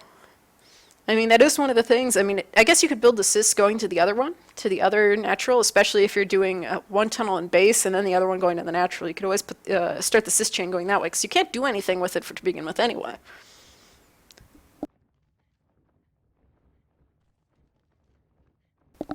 But like, if you have the tunnels going out, or the tunnel going out somewhere, at the very least, if we do see Radical come through seeding, come through bridge, and make the bridge jump up there to get the initial pressure into Agri Labs, which is usually the place that most teams try and like cyst to. I mean, sometimes they fake you out and you go for filtration instead, but most of the time, I don't know. My initial instinct is to always go to Agri Labs first for whatever reason. I don't know why, but that'd be it's just, yeah, the initial pressure, and it helps with that. So we do have everybody still in here. We're just still waiting on the ready up.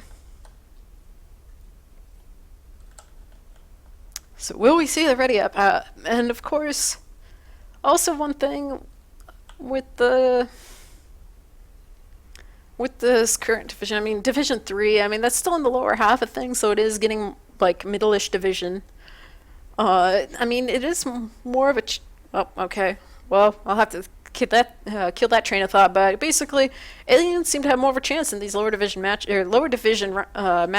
But we'll have to see how Eternal Squad do, because we're gonna go into the final round here of Radical versus Eternal Squad. Okay, there we go. What shall happen?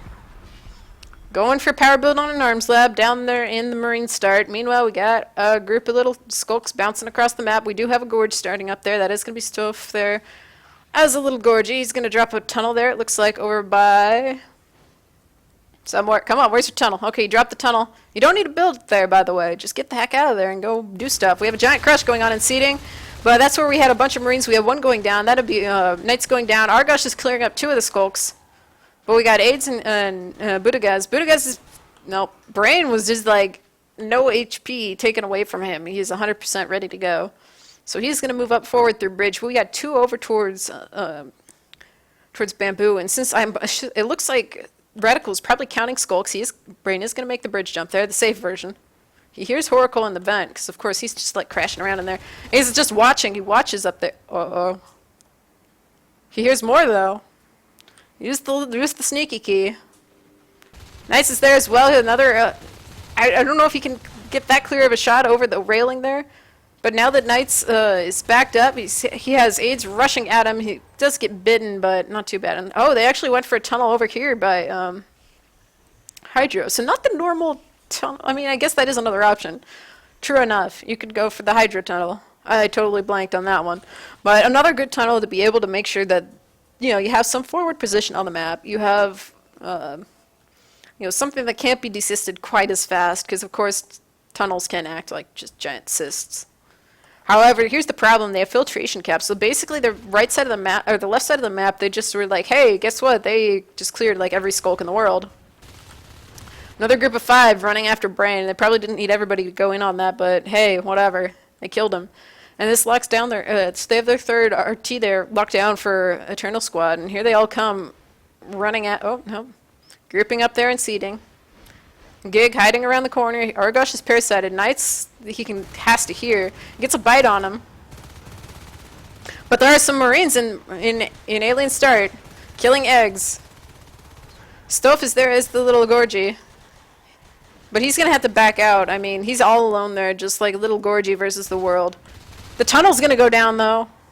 Unless Shadow gets taken down right now, the tunnel is going to go down. Budaga's not there in time. The Gorge is being chased. He does have a crag and stuff over here and a bunch of clogs to go hide behind, but since he can't really do much of anything, Brain is going to have the freedom to just go and kill stuff. With Brain hunting him. No, he's going to go right after the tunnel.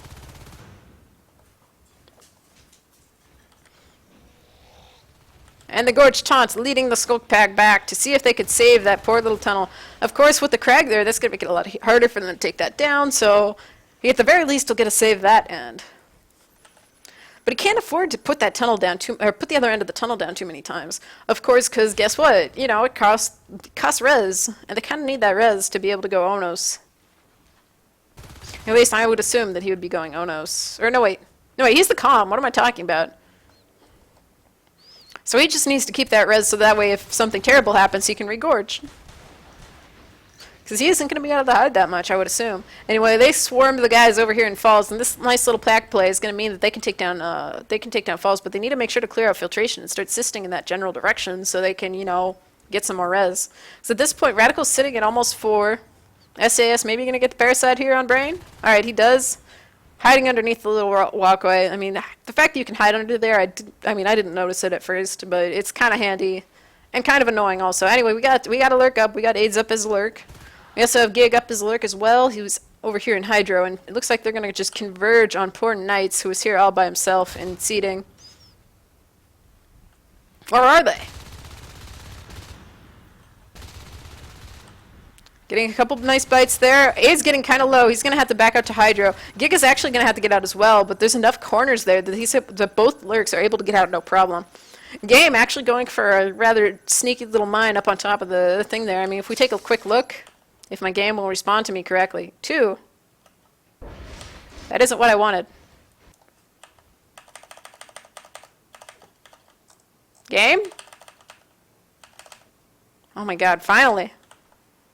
Alright, so as you can see, if a Skulk goes up there, there's a high chance he won't be able to see it. Anyway, now I can finally go back to freaking top view because it was being laggy as heck. I was also hitting the wrong button for a little bit, but it still wasn't responding.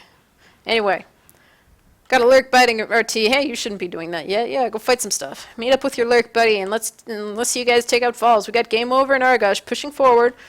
Looks like they are going to go towards Agri Labs. Armor 1 almost done at this point for them. But the only thing there for them to take down is the RT. Of course, that is one of their 3 RTs, and you can see the power got... I guess that Jazzy's just assisting power in advance. Here come the lurks. They swoop over, take out Game Over. Next is going to be Argosh. I mean, immediate resist there, but the assists are a little bit far away. Come on, where's the assist that needs to be close? I mean, it's at 50%, so it's not too bad. Wow, that lurk came up to say hi. Knights over there versus 2 lurks. He gets some damage into Budagaz, but has to back up. Oh, there's 3 lurks. Hello, lurks. We got Budagaz up as a 3rd lurk, so we got Budagaz, Gig, and AIDS up as lurks. So with 3 lurks, that does mean they're kind of playing as if they're on sort of the, not necessarily on the back foot, but it's kind of iffy. Because of course, if you lose any of those lurks, it gets really dangerous. If you lose those lurks, that means they're really far off of being able to go Onos. The thing is, at least, I mean, but then again, they also had, who started in this hive? Who started in the hive? Was it SAS? Somebody started in the hive. Either way, whoever started in the hive, of course, is also 15 res down because they started in there. Stoph, of course, was able to go, be active little Gorgie. However, he lost his tunnel because, well, there are kind of 2 Marines in there. That'd be Knights, that'd be Game Over. Working on that Crag, they're going to end up killing the Crag, and most likely also the RT, especially since the Sys chain is so freaking long. They have Argosh over there causing trouble in Agri Labs. Budagaz is going to show up, but he shows up right after he reloaded. The thing that is working in his advantage is that there is a Crag there, and that, well, here comes the other lurks, and this like lurk swarm is going to cause a lot of damage here. Especially, is Game Over going to get spotted? Nobody's seen him yet. So he's just waiting for the pinch there, I think. There goes the swarm. And game over's over there. He's really trying to get that stupid crag down. You can see the aliens are also... Two of the three lurks are moving over there through bridge. Who was that? Stop moving. AIDS moved through the little vent up there to be able to get a nice jump on game over, who was still in aggregate. Alright, so they're going to lose falls for now, which will put Radical back onto 3 built RTs and 1 in progress, which would be the one in platform. There are a lot of cysts over there, so it'll be easy enough for them to be able to, like... Oh, never mind, the power's out. Just kidding. I was going to say, well, there's cysts, but they can just clear that. No, he's going to move forward into... Whoever that is Shadow, is going to move forward into filtration and see if he can... Oh, is he? He's gonna go take out that RT. Meanwhile, we got Gig hiding up in the rafters, and he's actually gonna fly straight into Brain and get a nice bite on him, while Horacle works on biting down that RT. Come on, one more bite. There you go. Alright, phase tech is now completed. Let's take a quick look at base. They have a lot of mines spread around, so that'll definitely help. Oh, hey, why'd you do that? Lurk Corp stuck up in the ceiling. That initial set of shotguns, I think, causing some damage. They did lose one of the lurks. They just have to make sure they cannot afford to lose either of the other two, just because of how much res that those lurks are. So Budagas does go down while I was... Whoa, why? Oh god, Shadow. Didn't I just say you can't afford to lose any more lurks? Shadow, who was up there trying to kill that RT, is still up there killing that RT. SAS coming into the room, maybe? No, he's just going to duck around him. Of course, one Skulk versus a shotgun are not going to be that great. Question is, can AIDS go and spike him down so that... Oh, here, SAS looping back. Gets a nice bite on Shadow. We do have a fade up. That'll be Oracle. Game over. Going for the gate over in Agri. They don't have the one up in Falls yet. So they're definitely going for aggressive gates. And the fact that they only have the one lurk, the one fade, is definitely going to make it easy for Radical to be able to, you know, do their thing, kind of, and walk into base potentially. One of the advantages that Radical has at this point is with only 2 life forms on the field, it's going to make it that much easier to go and pick them off. Because one of the things with having the 3 lurks is just the mass confusion from having these 3 giant flappy things, you know, swarming around you and, you know, trying to bite your head off. And now there's only one. I mean, it's like shoot the lurk. It's not, you know, shoot the lurk that's over there, and, you know, then they all swarm together and you can't tell which one's which anymore unless they're using different skins. You know, with only one fade, it's the same deal.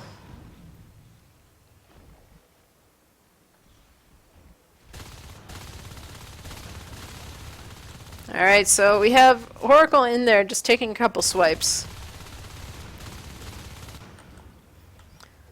Though they're moving some of the PvE around, there isn't much they can do about it just because there aren't, of course, isn't any infestation there. Oh no! AIDS gets stuck up in the rafters. Is he gonna be able? He is able to make it out around the corner. We do have a relurk there from Gig. I don't think they can afford a 3rd relurk though, just by the fact that, well, okay, we still only have 2. Just by the fact that, well, they need somebody to save Pharaonos, and they need to make sure that they are going to have a backup plan in case something goes horribly wrong. I mean, let's look at the res graph again. I mean, Radical's down to 3 RTs. They are building the 4th one. They're up to 4, so it's fairly good numbers. But we have Budagas in base, just chomping on the arms lab. It takes them a little while to get somebody porting back. They do have the gate up in Agri Labs, the gate up at Falls, so they have a very good movement around the map, which was something that Eternal Squad was lacking in the last round. And they're actually getting a mine up there along with the welding up the arms lab, so that isn't an issue. But they're losing the RT over here in Canopy. And actually the entire right side of the map that they don't have a gate on is currently just empty for Radical. And taking to the power here in Canopy is also going to slow things down a bit. That'll put them not necessarily permanently on 3 RTs, but it'll definitely hurt them a bit. We're actually seeing a big base push going in here. The question is, what are they going to pick to jump on? Looks like first they're going to pick game over to jump on. But there are some shotguns there, so at this point they just need to get everybody out of the room. I mean, just the fact they can pull everyone back without beaconing. What are you doing? What are you doing? Get out of there. Oracle, please. You're half health, low energy. Get the heck out of that room. Your lurk got out. Just get the heck out as well.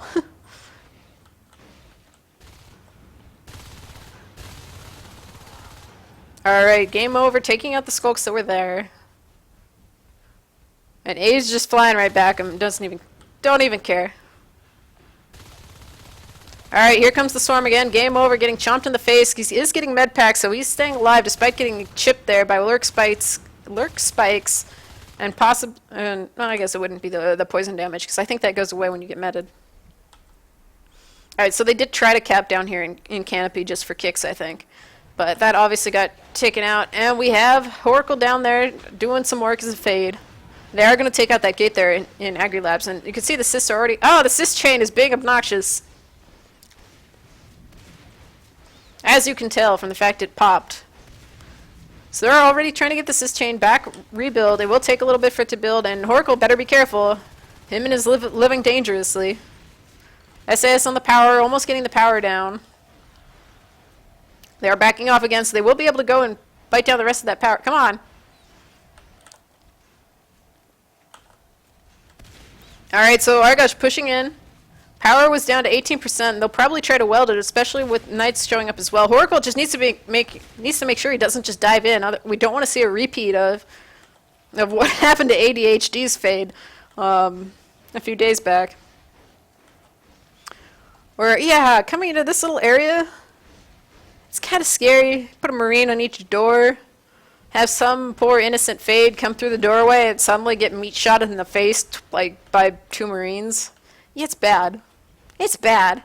Alright, looking at P-Res real quick for aliens. We got 31 and 38 for our next 2 people. So that we could get us another fade. I'm really hoping that we're going to end up with an Onos here. So with power down in Agri Labs, that'll slow that down. Oracle coming from the back end of things. He's going to get a swipe onto each Marine. Knight's almost down, and he does get taken down. That's 3 shotguns down if Brain is not able to recap. It is pretty close to Falls. Game over is there in Falls itself, and all these aliens are pretty hurt. Oracle just needs to get out right now. Yeah, he's going to be able to escape barely over towards Bamboo. There was somebody over there. Who was that? Shadow, not quite in position to be able to cut off that fade. If he had been, that would have been amazing for them, because again, it's only the 1 fade. Hydro chair dropped. Being careful just in case they have something terrible happen, I would assume.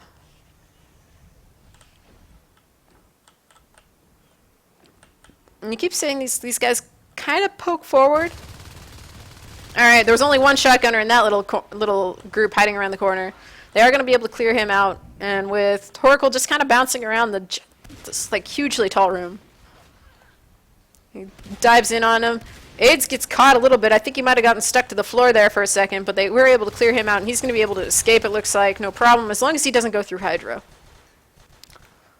The gate there in Falls taking about 25% damage, and it looks like everybody's going to be able to back off. Brain's going to finish building that. Or not. He's going to get chomped, and that'll be a nice free chunk of res there for Gig, assuming they don't recycle. But anyway. Buttigieg's just starting to chomp on the gate, and Argosh was over by the power and had a perfect line of sight to be able to kill that. Alright, chair does go down. Probably should have recycled at that point, but then again, it's keeping a lurk busy. If it was keeping a skulk busy, whatever, get the res back maybe. Go for, let's see, there are weapons 2. I mean, it would kind of help towards weapons 3, but, oh, whoa, hey, what? Where the heck was that? Who killed him? Brain? Brain? Brain? Brain? Was it, like, right off screen? Yeah, it might have been right off screen or something. Am I blind? I'm blind, aren't I? Alright, power's back up in Agri, and they need to make sure that Gig doesn't end up dying horribly. AIDS is just re-lurked? Re-faded? Okay, he faded. Okay, that's a reasonable trade there, so they can get 2 fades. They only need 1 lurk at this stage of the game. What they need to do is be able to really lock down, I guess platform is their only choice now for another hive location, especially since they're getting cut here in Agri Labs by Brain and Shadow. They did work on the gate. It is up now, so they have to watch for reinforcements through that gate. AIDS has to back out. And Gig is rather hurt. Oracle going for his ballsy plays. And both of them are able to get out. I'm not quite sure why they keep seeming to re-engage when they have half health or less versus, you know, weapons 2. But they seem to at least be... I don't know how much is them getting lucky that they weren't turned and fired upon. Oh, Shadow escaping with like 2 HP. AIDS, watch out. Platform Hive has been dropped now. Oracle hiding in the ceiling. So with that gate there, that again makes it kind of obnoxious for them to be able to go and, you know, bite res and all that on the right side of the map. Oh, that gate! However, Oracle might end up losing his life while trying to go for that gate. Buddha is coming in for the save, stranding the Marines, and it falls. Well, not really. The gate is, you know, kind of up, and Agri Labs. But... And Gig just probably needs to get the heck out and go heal. But at this point, swipe down, Brain gets swiped down by AIDS. We've got Argosh working on, trying to get some damage onto people. He's getting swiped at by AIDS as well. Shadow is chasing. Poor Lurk, that'd be Gig, who was fleeing the scene of the crime. But we've got Soph out of the hive. He doesn't have a tunnel down, which is maybe something he should do. I mean, does he have a... He does have the base tunnel, doesn't he? Oh no, why'd you die when I was looking for tunnels? Alright, so he went down there. He lived a little too dangerously, but Oracle is at 32 res. If he wants to refade, he can, but at this point, maybe better to go and bite down a bunch of that res as a skulk. I mean, look at the res graph. It is 12 RTs down. They've been staying pretty much on par with each other, at least past the first little chunk of time. What's going on in Falls? Everybody pops on through. They're going to actually go down, and they just need to get... Oh, nope, never mind. Shadow came through the gate as well, and Game is flanking from Bamboo Pass side. And again, they're pulling people back. Oh, but they got the one over here in Agri, so either way, it worked out. That shotgun, I wish they had the little timers, but that might be in danger of going away. AIDS needs to make sure to not lose his fade, since he is the only fade up, and Gig needs to, like, not stay in a room when he has, like, no health. Shadow pushing forward, perhaps... Oh, never mind. He just had a skulk flying at him. Alright, the Hive and platform is done. 3 shells are done as well. So they're at a very good point now for Eternal Squad. They've been sitting at 3 RTs pretty much constantly, I think. Except for where they've had 4 since, you know, past the 5-minute mark. I mean, that's great for them as aliens. Game over. Almost getting taken out here. Looking at the P-Res, we've got... SAS, why aren't you an Onos yet? Turn into an Onos right now, unless you're waiting for Budagez and you're going to Onos together. Either one works. I guess if you Onos together, then there's less of a chance of one of you dying right before the other one can turn into an Onos. SAS, definitely hiding around the mines, so that way he can't have to, you know, explode. While Stove is just, like, charging super gorge mode. I hope he spits that Marine to death. I hope Knights dies to gorge spit, but then again, Stove has changed his mind and is going to flee. Game over, took out SAS over there. Go turn into an Onos, please. Budaga's also dead. Please turn into an Onos. I mean, if you aren't making a tactical decision to delay, either because you are biting an RT or there's some engagement going on or they're like walking into your hive kind of thing, you should turn into an Onos whenever you can turn into an Onos. Unless you are like a higher life form already. If you're already a higher life form, then you are like the backup Onos, unless you're the only one. But, okay, we got SAS turning into an Onos. We got Budagaz up as an Onos. So, okay, maybe they're just waiting to go Onos together because SAS messed up and missed the initial timing. Who knows? But having those Oni on the field is a lot more useful than not. AIDS in there tanking their base. It was only Knights in there at the moment. Game over phased back to see what was going on. Falls chair has been dropped. They are watching for another hive, but Eternal Squad doesn't have enough res for it. Do they have stuff? Charge is done. Leap is done. Or almost done. At least one Onos has been revealed. The other one has as well. They're on different sides of the map, though, so they can't really work together in that aspect. But that armory block, not very blocky. Alright, somebody better watch out for SAS. Get some Umbra going on here. They don't actually have Umbra yet, so Gig just has to watch out, because he is the Lurk. He is the Umbra dispenser. So they need to get their own night together. They need to get SAS putting a tunnel down somewhere. Somewhere where they can move across the map. Because again, I'm like 90%... Where is it? I swear there was a tunnel up here. Oh yeah, there it is. For some reason, I was looking over by the RT. But either way, I swear that's his tunnel. Or Stove. Stove, however the heck his name is said. I'm pretty sure that's his tunnel. He needs to drop the other tunnel. He has a lot of res. He's 28 res. Oh, nice set of mines there. Mines, of course, will do friendly fire damage in combat, but they do actually lose Budagaz, who's like freaking ragdoll, just goes crazy. So they actually do lose the one Onos, partially because they aren't together. I mean, if you have the two Ona, you need to have them working together here, so that way they aren't pushing at opposite ends of the map. There isn't enough room, of course. They needed to assist forward as well, I think, so that way they could have bonewalled that. Because this is a long, empty hallway, which we'll take a quick look at if I hit the right button. Oh, wow, that's the outside. That is the outside of the map. I mean, look at that. It's a shooting gallery. Sure, you can duck down here, but if you duck down there, you're trapped, and you can't jump back up. At least as an Onos. So it's like... Alright, let's take a look up here. Oracle barely escaping as a fade. But just like, okay, Gig will be the next Onos, it looks like, assuming he doesn't die horribly and relurk, you know, a couple times. But just, they need to not toss their higher life forms away, necessarily. And just the fact that they had the block there, unless they can get the Onos by, oh, never mind, the Onos can fit. The Onos fits, kinda. Get out, guys! A Gig goes down as the lurk. They don't actually have Umbra, so he's not an Umbra dispenser anyway.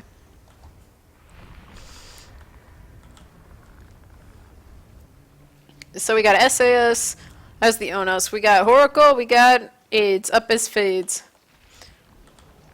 But what are they going to do with it? I mean, they're at a fairly good position. The thing is that it seems like they don't know what the heck they actually should be doing from here. They're going to clean out these Marines potentially, though, using the Onos and the Fades. Both the Fades are pretty hurt, so they need to get out. The Onos is not, so the Onos can go over there and be distracted. He needs to guard his Gorge.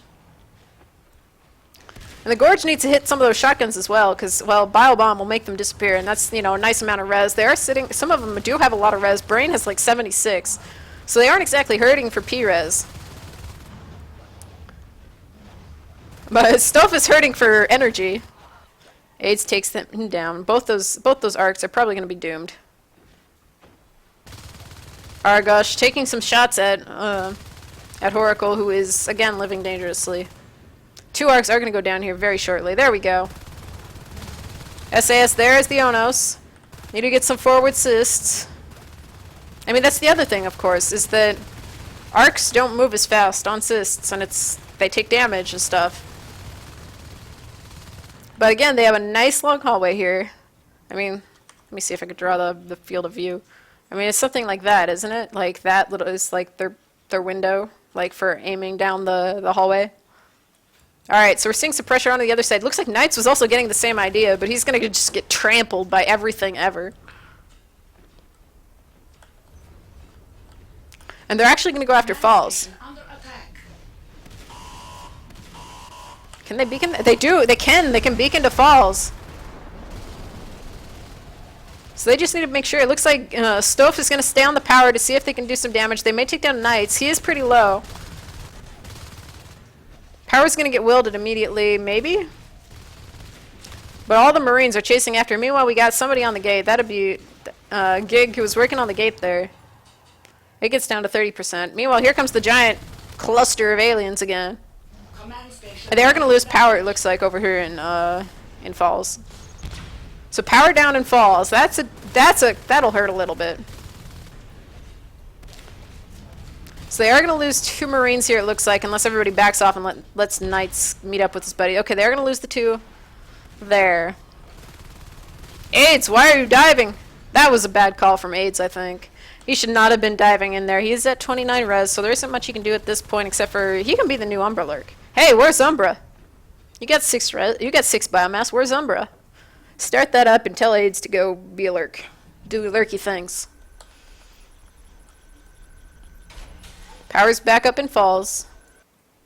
So it was only a temporary setback, and there's like mines freaking everywhere.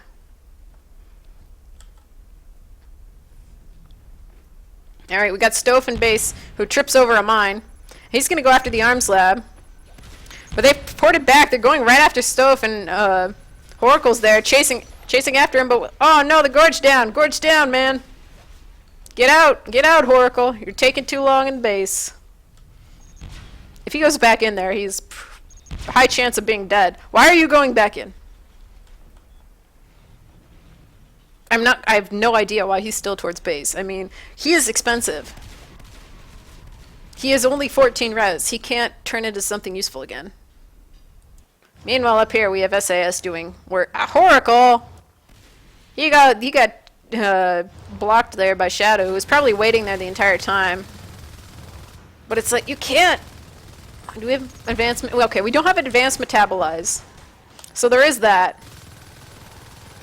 But you can't be that far forward as a Fade and just like hang out down there and give them all that time. I mean, it's like, okay, you're down to like a third health. Get the heck out. Command station under attack.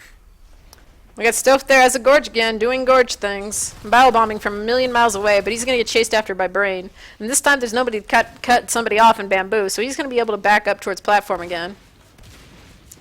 They're setting up another set of arcs over here. Come on, is Shadow going to survive, or will AIDS take him? He does, and there are 3 shotguns down in that top hallway, but Argosh and Knights are right there, so they'll be able to recap all 3 of them, it looks like, maybe. Yep. Alright, we got 2 Onai now. We got Gig and we got SAS. Both alive, both Onai. Both together, finally. We actually have a Mac on the field. This is zipping around, well, as fast as a Mac can zip. Alright, they are charging in. They don't have any other support, though. And SAS is actually going to get blocked by his fellow Onos. Gig moving in front of the way to be able to block some of those bullets. He has 100% Blackbird, and he gets chipped in this little gap where they can actually see, and SAS goes down.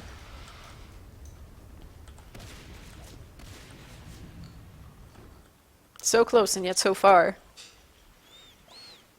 Meanwhile, down at base, Skulks were being annoying.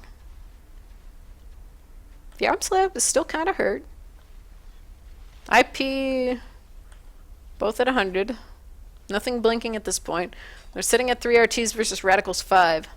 Let's look at the res graph real quick. Alright, they are welding that up. I mean, they've taken down some res, but it's being built back up, I think, by that max, so they're able to do, you know, whatever the heck they feel like it. And you can see they put a little thing here to stop people from going towards filtration. So nice little set of PvE. The problem is at this point is that some of their life forms have just been like thrown away. And there isn't much they can really do about it. I mean, they can bite down some res, they can call a Gorge over to hit stuff. AIDS just turned into a Fade.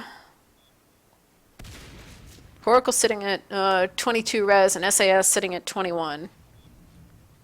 So they have 1 Fade, no Lurks, no Umbra. Versus Weapons 3 Arcs with freaking... They're starting on HMGs.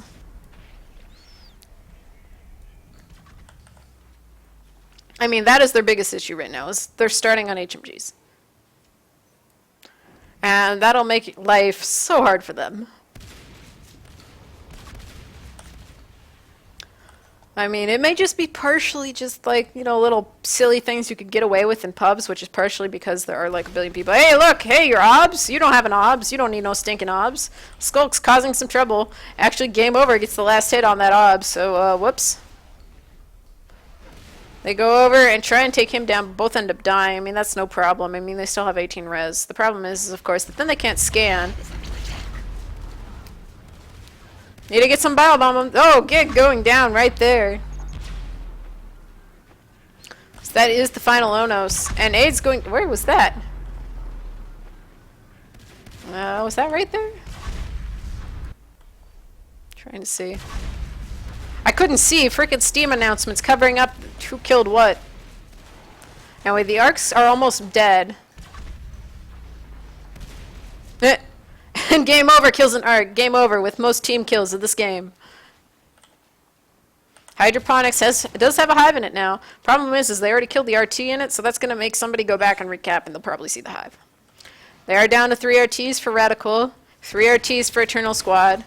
They don't have enough to rebuild the arc train, but there is at least 1 arc over there in... Is it just 1? Yeah, it's just 1 arc over there in Falls. But they got cat packs. Why would you start off with cat packs? Come on. They only have 1 res now, so this is the time to go in there and clear them out. I mean, they can't med right now. However, that hive got low enough, they were just able to rush it.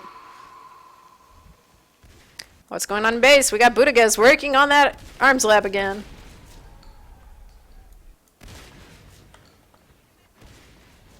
But with the fact they have no res again. So Eternal Squad needs to get the assists up there. It looks like they already have done that. Because right now, this is like their best opportunity because they can't really, med. They're like, come on, give me meds. No, I have 8 res left, and that's it. Command station under attack. And just if they keep spiking, this would be a great time to have a lurk. I mean, look at all this T-res that is just like evaporating. Look at all this P-res that's also going to be dying because, well, they're skulks and they do skulk things and kill stuff. Those poor Spurs are going to die horribly. I mean, they should move the Crag over, like, to the edge of the infestation.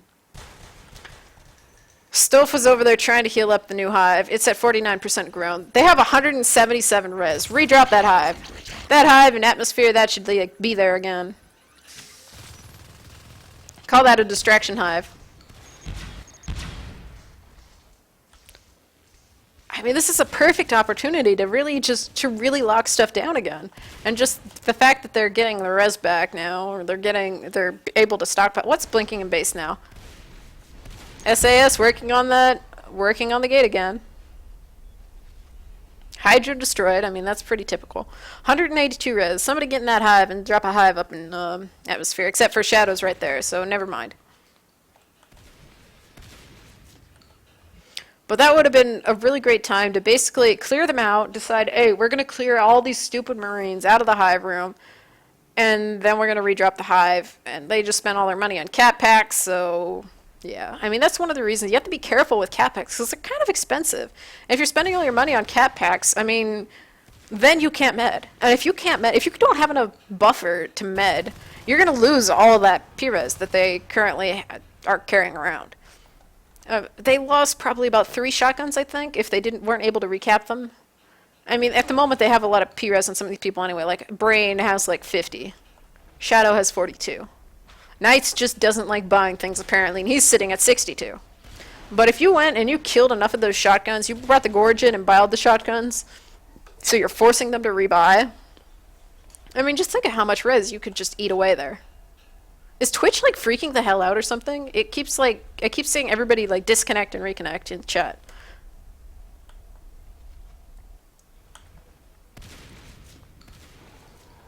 Anyway, we got a game over here. He gets taken out. The power's down in Canopy, and they already have a harvester there that's a shotgun down. Arc Factory recycled somewhere.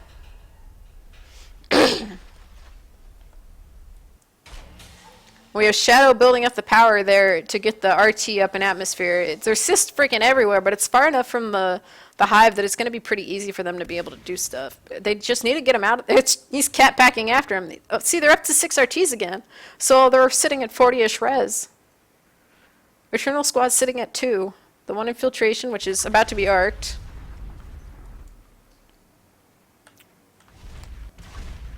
And just, I think that opportunity that they had when basically there was no res sitting in the banks there for Radical, that just maybe they didn't know that opportunity was there. They didn't realize that they weren't getting meted.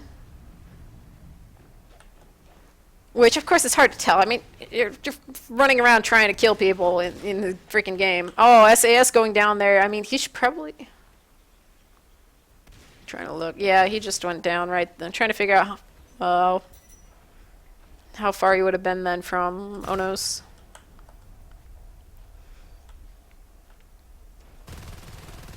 But with the hive dropped over there in Hydro, they actually ran a drifter all the way around too.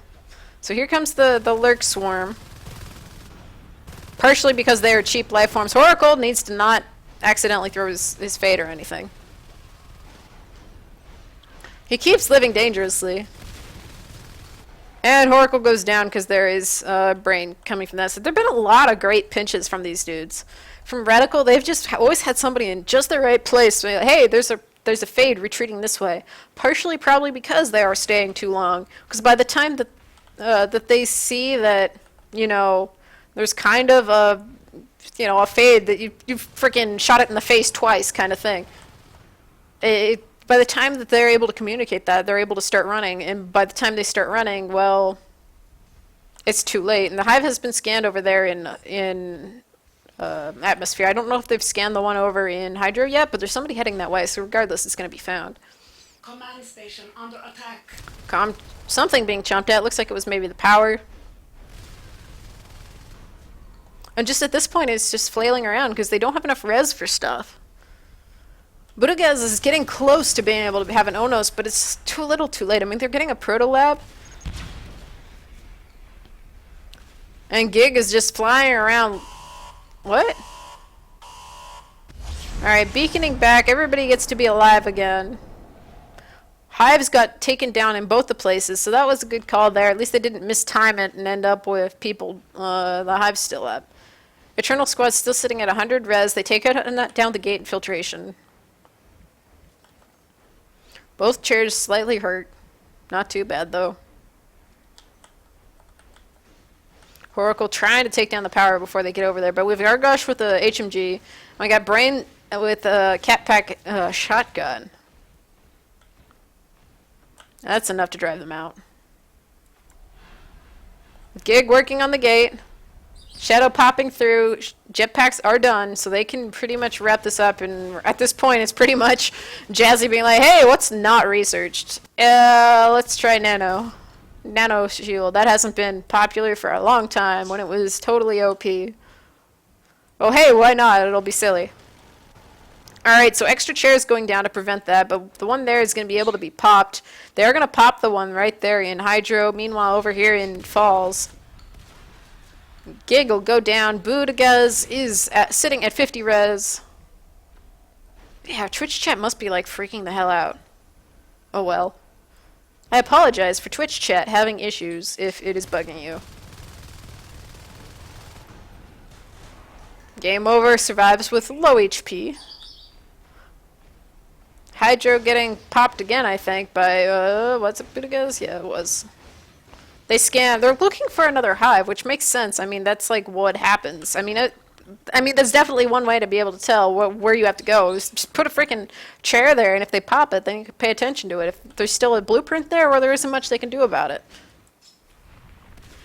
Arc factory being built again. They aren't going to take any chances, and with 6 RTs, it's going to be really easy for them to just arc. Even if they had like a million whips in here and like crags everywhere, like, you know, every 10 inches there is a crag, a whip, and a shade, it still will make it really easy for them to be able to arc it and just win the game safely. But at this point, Radical's already gone down to 4 RTs. You can see this like explosion here as they were capping everything ever, and now it's dropped down. Of course, they've also gone and taken out all the res for Eternal Squad, and the Hive has been dropped over there in Hydro, but they don't have the ability to move across the map that easily as the aliens, just because, well, I mean, I guess they kind of do, but there's kind of this phase gate in the middle and a dude with an HMG that sometimes appears there. And they're almost to the point of being able to push on the Hive, and it looks like they aren't even going to wait for that. They're just going to say, like, screw it, we have Jetpack, Shotgun, Cat Pack, we have all the shiny good things on this map, and we are going to go and kill this Hive. Period. The Hive has been scanned over in Hydra. They will just go over there next. Somebody jumps into the Hive there. That'll be Stove just hiding.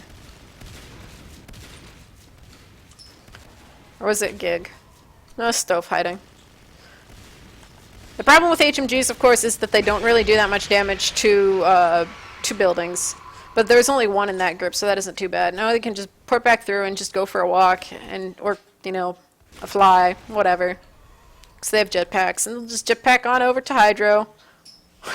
Where poor SAS is doing his best to try and heal this Hive up. It's sitting at 90% grown, but I don't think it's going to be able to be finished. Even with the combo of the Drifter and the Gorge. The Gorge dancing around. No, it's finished! It's finished, but there's nobody... Oh wait, there's nobody nearby to jump on the Hive. They even have enough res. If they were able to get somebody back, they could drop another Hive and try this whole shenanigan over again. But they are going to be able to take down this last Hive, and that'll be 4-0 for Radical. Alright. I think that some of this... I think that a lot of Eternal Squad's issue may just be like playing more like pub meta kind of thing. And it's maybe something if they... I'm trying to remember what... I'm pretty sure they were in the newcomer tournament. Look at how long this game was. This is a Biodome game. It was 41 minutes. It's close enough to be Biodome. Anyway, I think that might be part of it. Is just because if they are a newer team, which I sort of remember. I mean, I know Radical. Obviously, that the team name has been around quite a while, and I think some of the members have played on other competitive teams before. Budiga's name sounds familiar, but I don't know whether it's just because it's weird. All right, but anyway, we got. I mean, it was a long match. And you see at the end they're finally cutting down some of that res, but through this chunk of the game right here, I can't draw because I'm not in spec mode, but the first half of the game I think was a lot more even for where Eternal Squad definitely had a chance for that, and after that it starts slowly escaping. But I think that part of the issue might just be they aren't playing with a competitive mindset yet, and I know that'll be something that'll appear as the season comes on. I know that you go and you're able to go and watch a lot of the higher division teams. You sit back and you go watch Titus play. You go watch any of the Div 1 teams play, I think, and you'll at least see more of that ability to cooperate, that getting an idea of what tech paths you should try out, what how your life forms should always work together and stuff, and making sure that trying to get an understanding of what engagements you should leave, what engagements you should take a risk and stay in, because I know that was something that I kept seeing with Eternal Squad's life forms, is they were staying in a little bit too long, which means that they ended up keeling over dead. The one time they do it too many times, though. Horacle was being really awesome about leaving with a completely empty health bar and somehow miraculously surviving, but just those few times where they stay a little bit too long and they get cut off, especially in this last round, where they stay a little bit too long and then they get cut off because, I think Shadow got like 2 kills because he ran from a phase gate to like bamboo or something, was able to cut somebody off. But, just that if you're low, you need to say, yeah, I'm out of here, I'm going back to heal, and get out of there before somebody's able to say, hey, dude, that fade has like 300 in them, go stand somewhere and cut him off if there's no vents in the way for them to get around. If you have only one choice and your choice is to go through Bamboo Pass and you're in Canopy, you better make sure that you're going through there fast enough that you aren't going to be cut off by the guy running back from Falls. I mean, it's just something you have to work on and make sure that you have enough awareness, and you're going to be playing with people that definitely are pretty reasonable shots. But hey, it's week 1. This is all stuff that definitely can be worked on, and we may see a pretty good. There's a lot of room for all these teams to grow, especially in the lower couple divisions. There's a lot of room for them to grow and meet up with their buddies that are in higher divisions, and potentially turn into really good teams. And by the time finals roll around, have some really great games. I mean, yeah. I think that pretty much covers everything. So even if Eternal Squad looks back and doesn't feel like maybe they did a good job or something, I think that they definitely put a good fight out there, and I think it's just a lot of things that are easy for them to fix, and that's good for them because that means that they can fix them, and who knows, have a lot better game next week. So anyway, thank you for watching. Sorry for going off on a giant rant at the end there. I hope it helps people either way. But yeah, thanks for watching. I think maybe you might want to wander over to Vindaloo's channel and see if his game is still going on, because I know he was casting the last match of the day, which started at about 50 minutes ago, I think.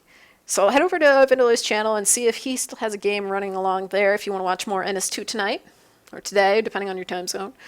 And other than that, next game will be Monday. I don't know who's casting it, but hopefully somebody will be signing up for that soon, and schedule your matches for the upcoming week, and I'll be seeing you guys around some other time, I will imagine. Thank you for watching.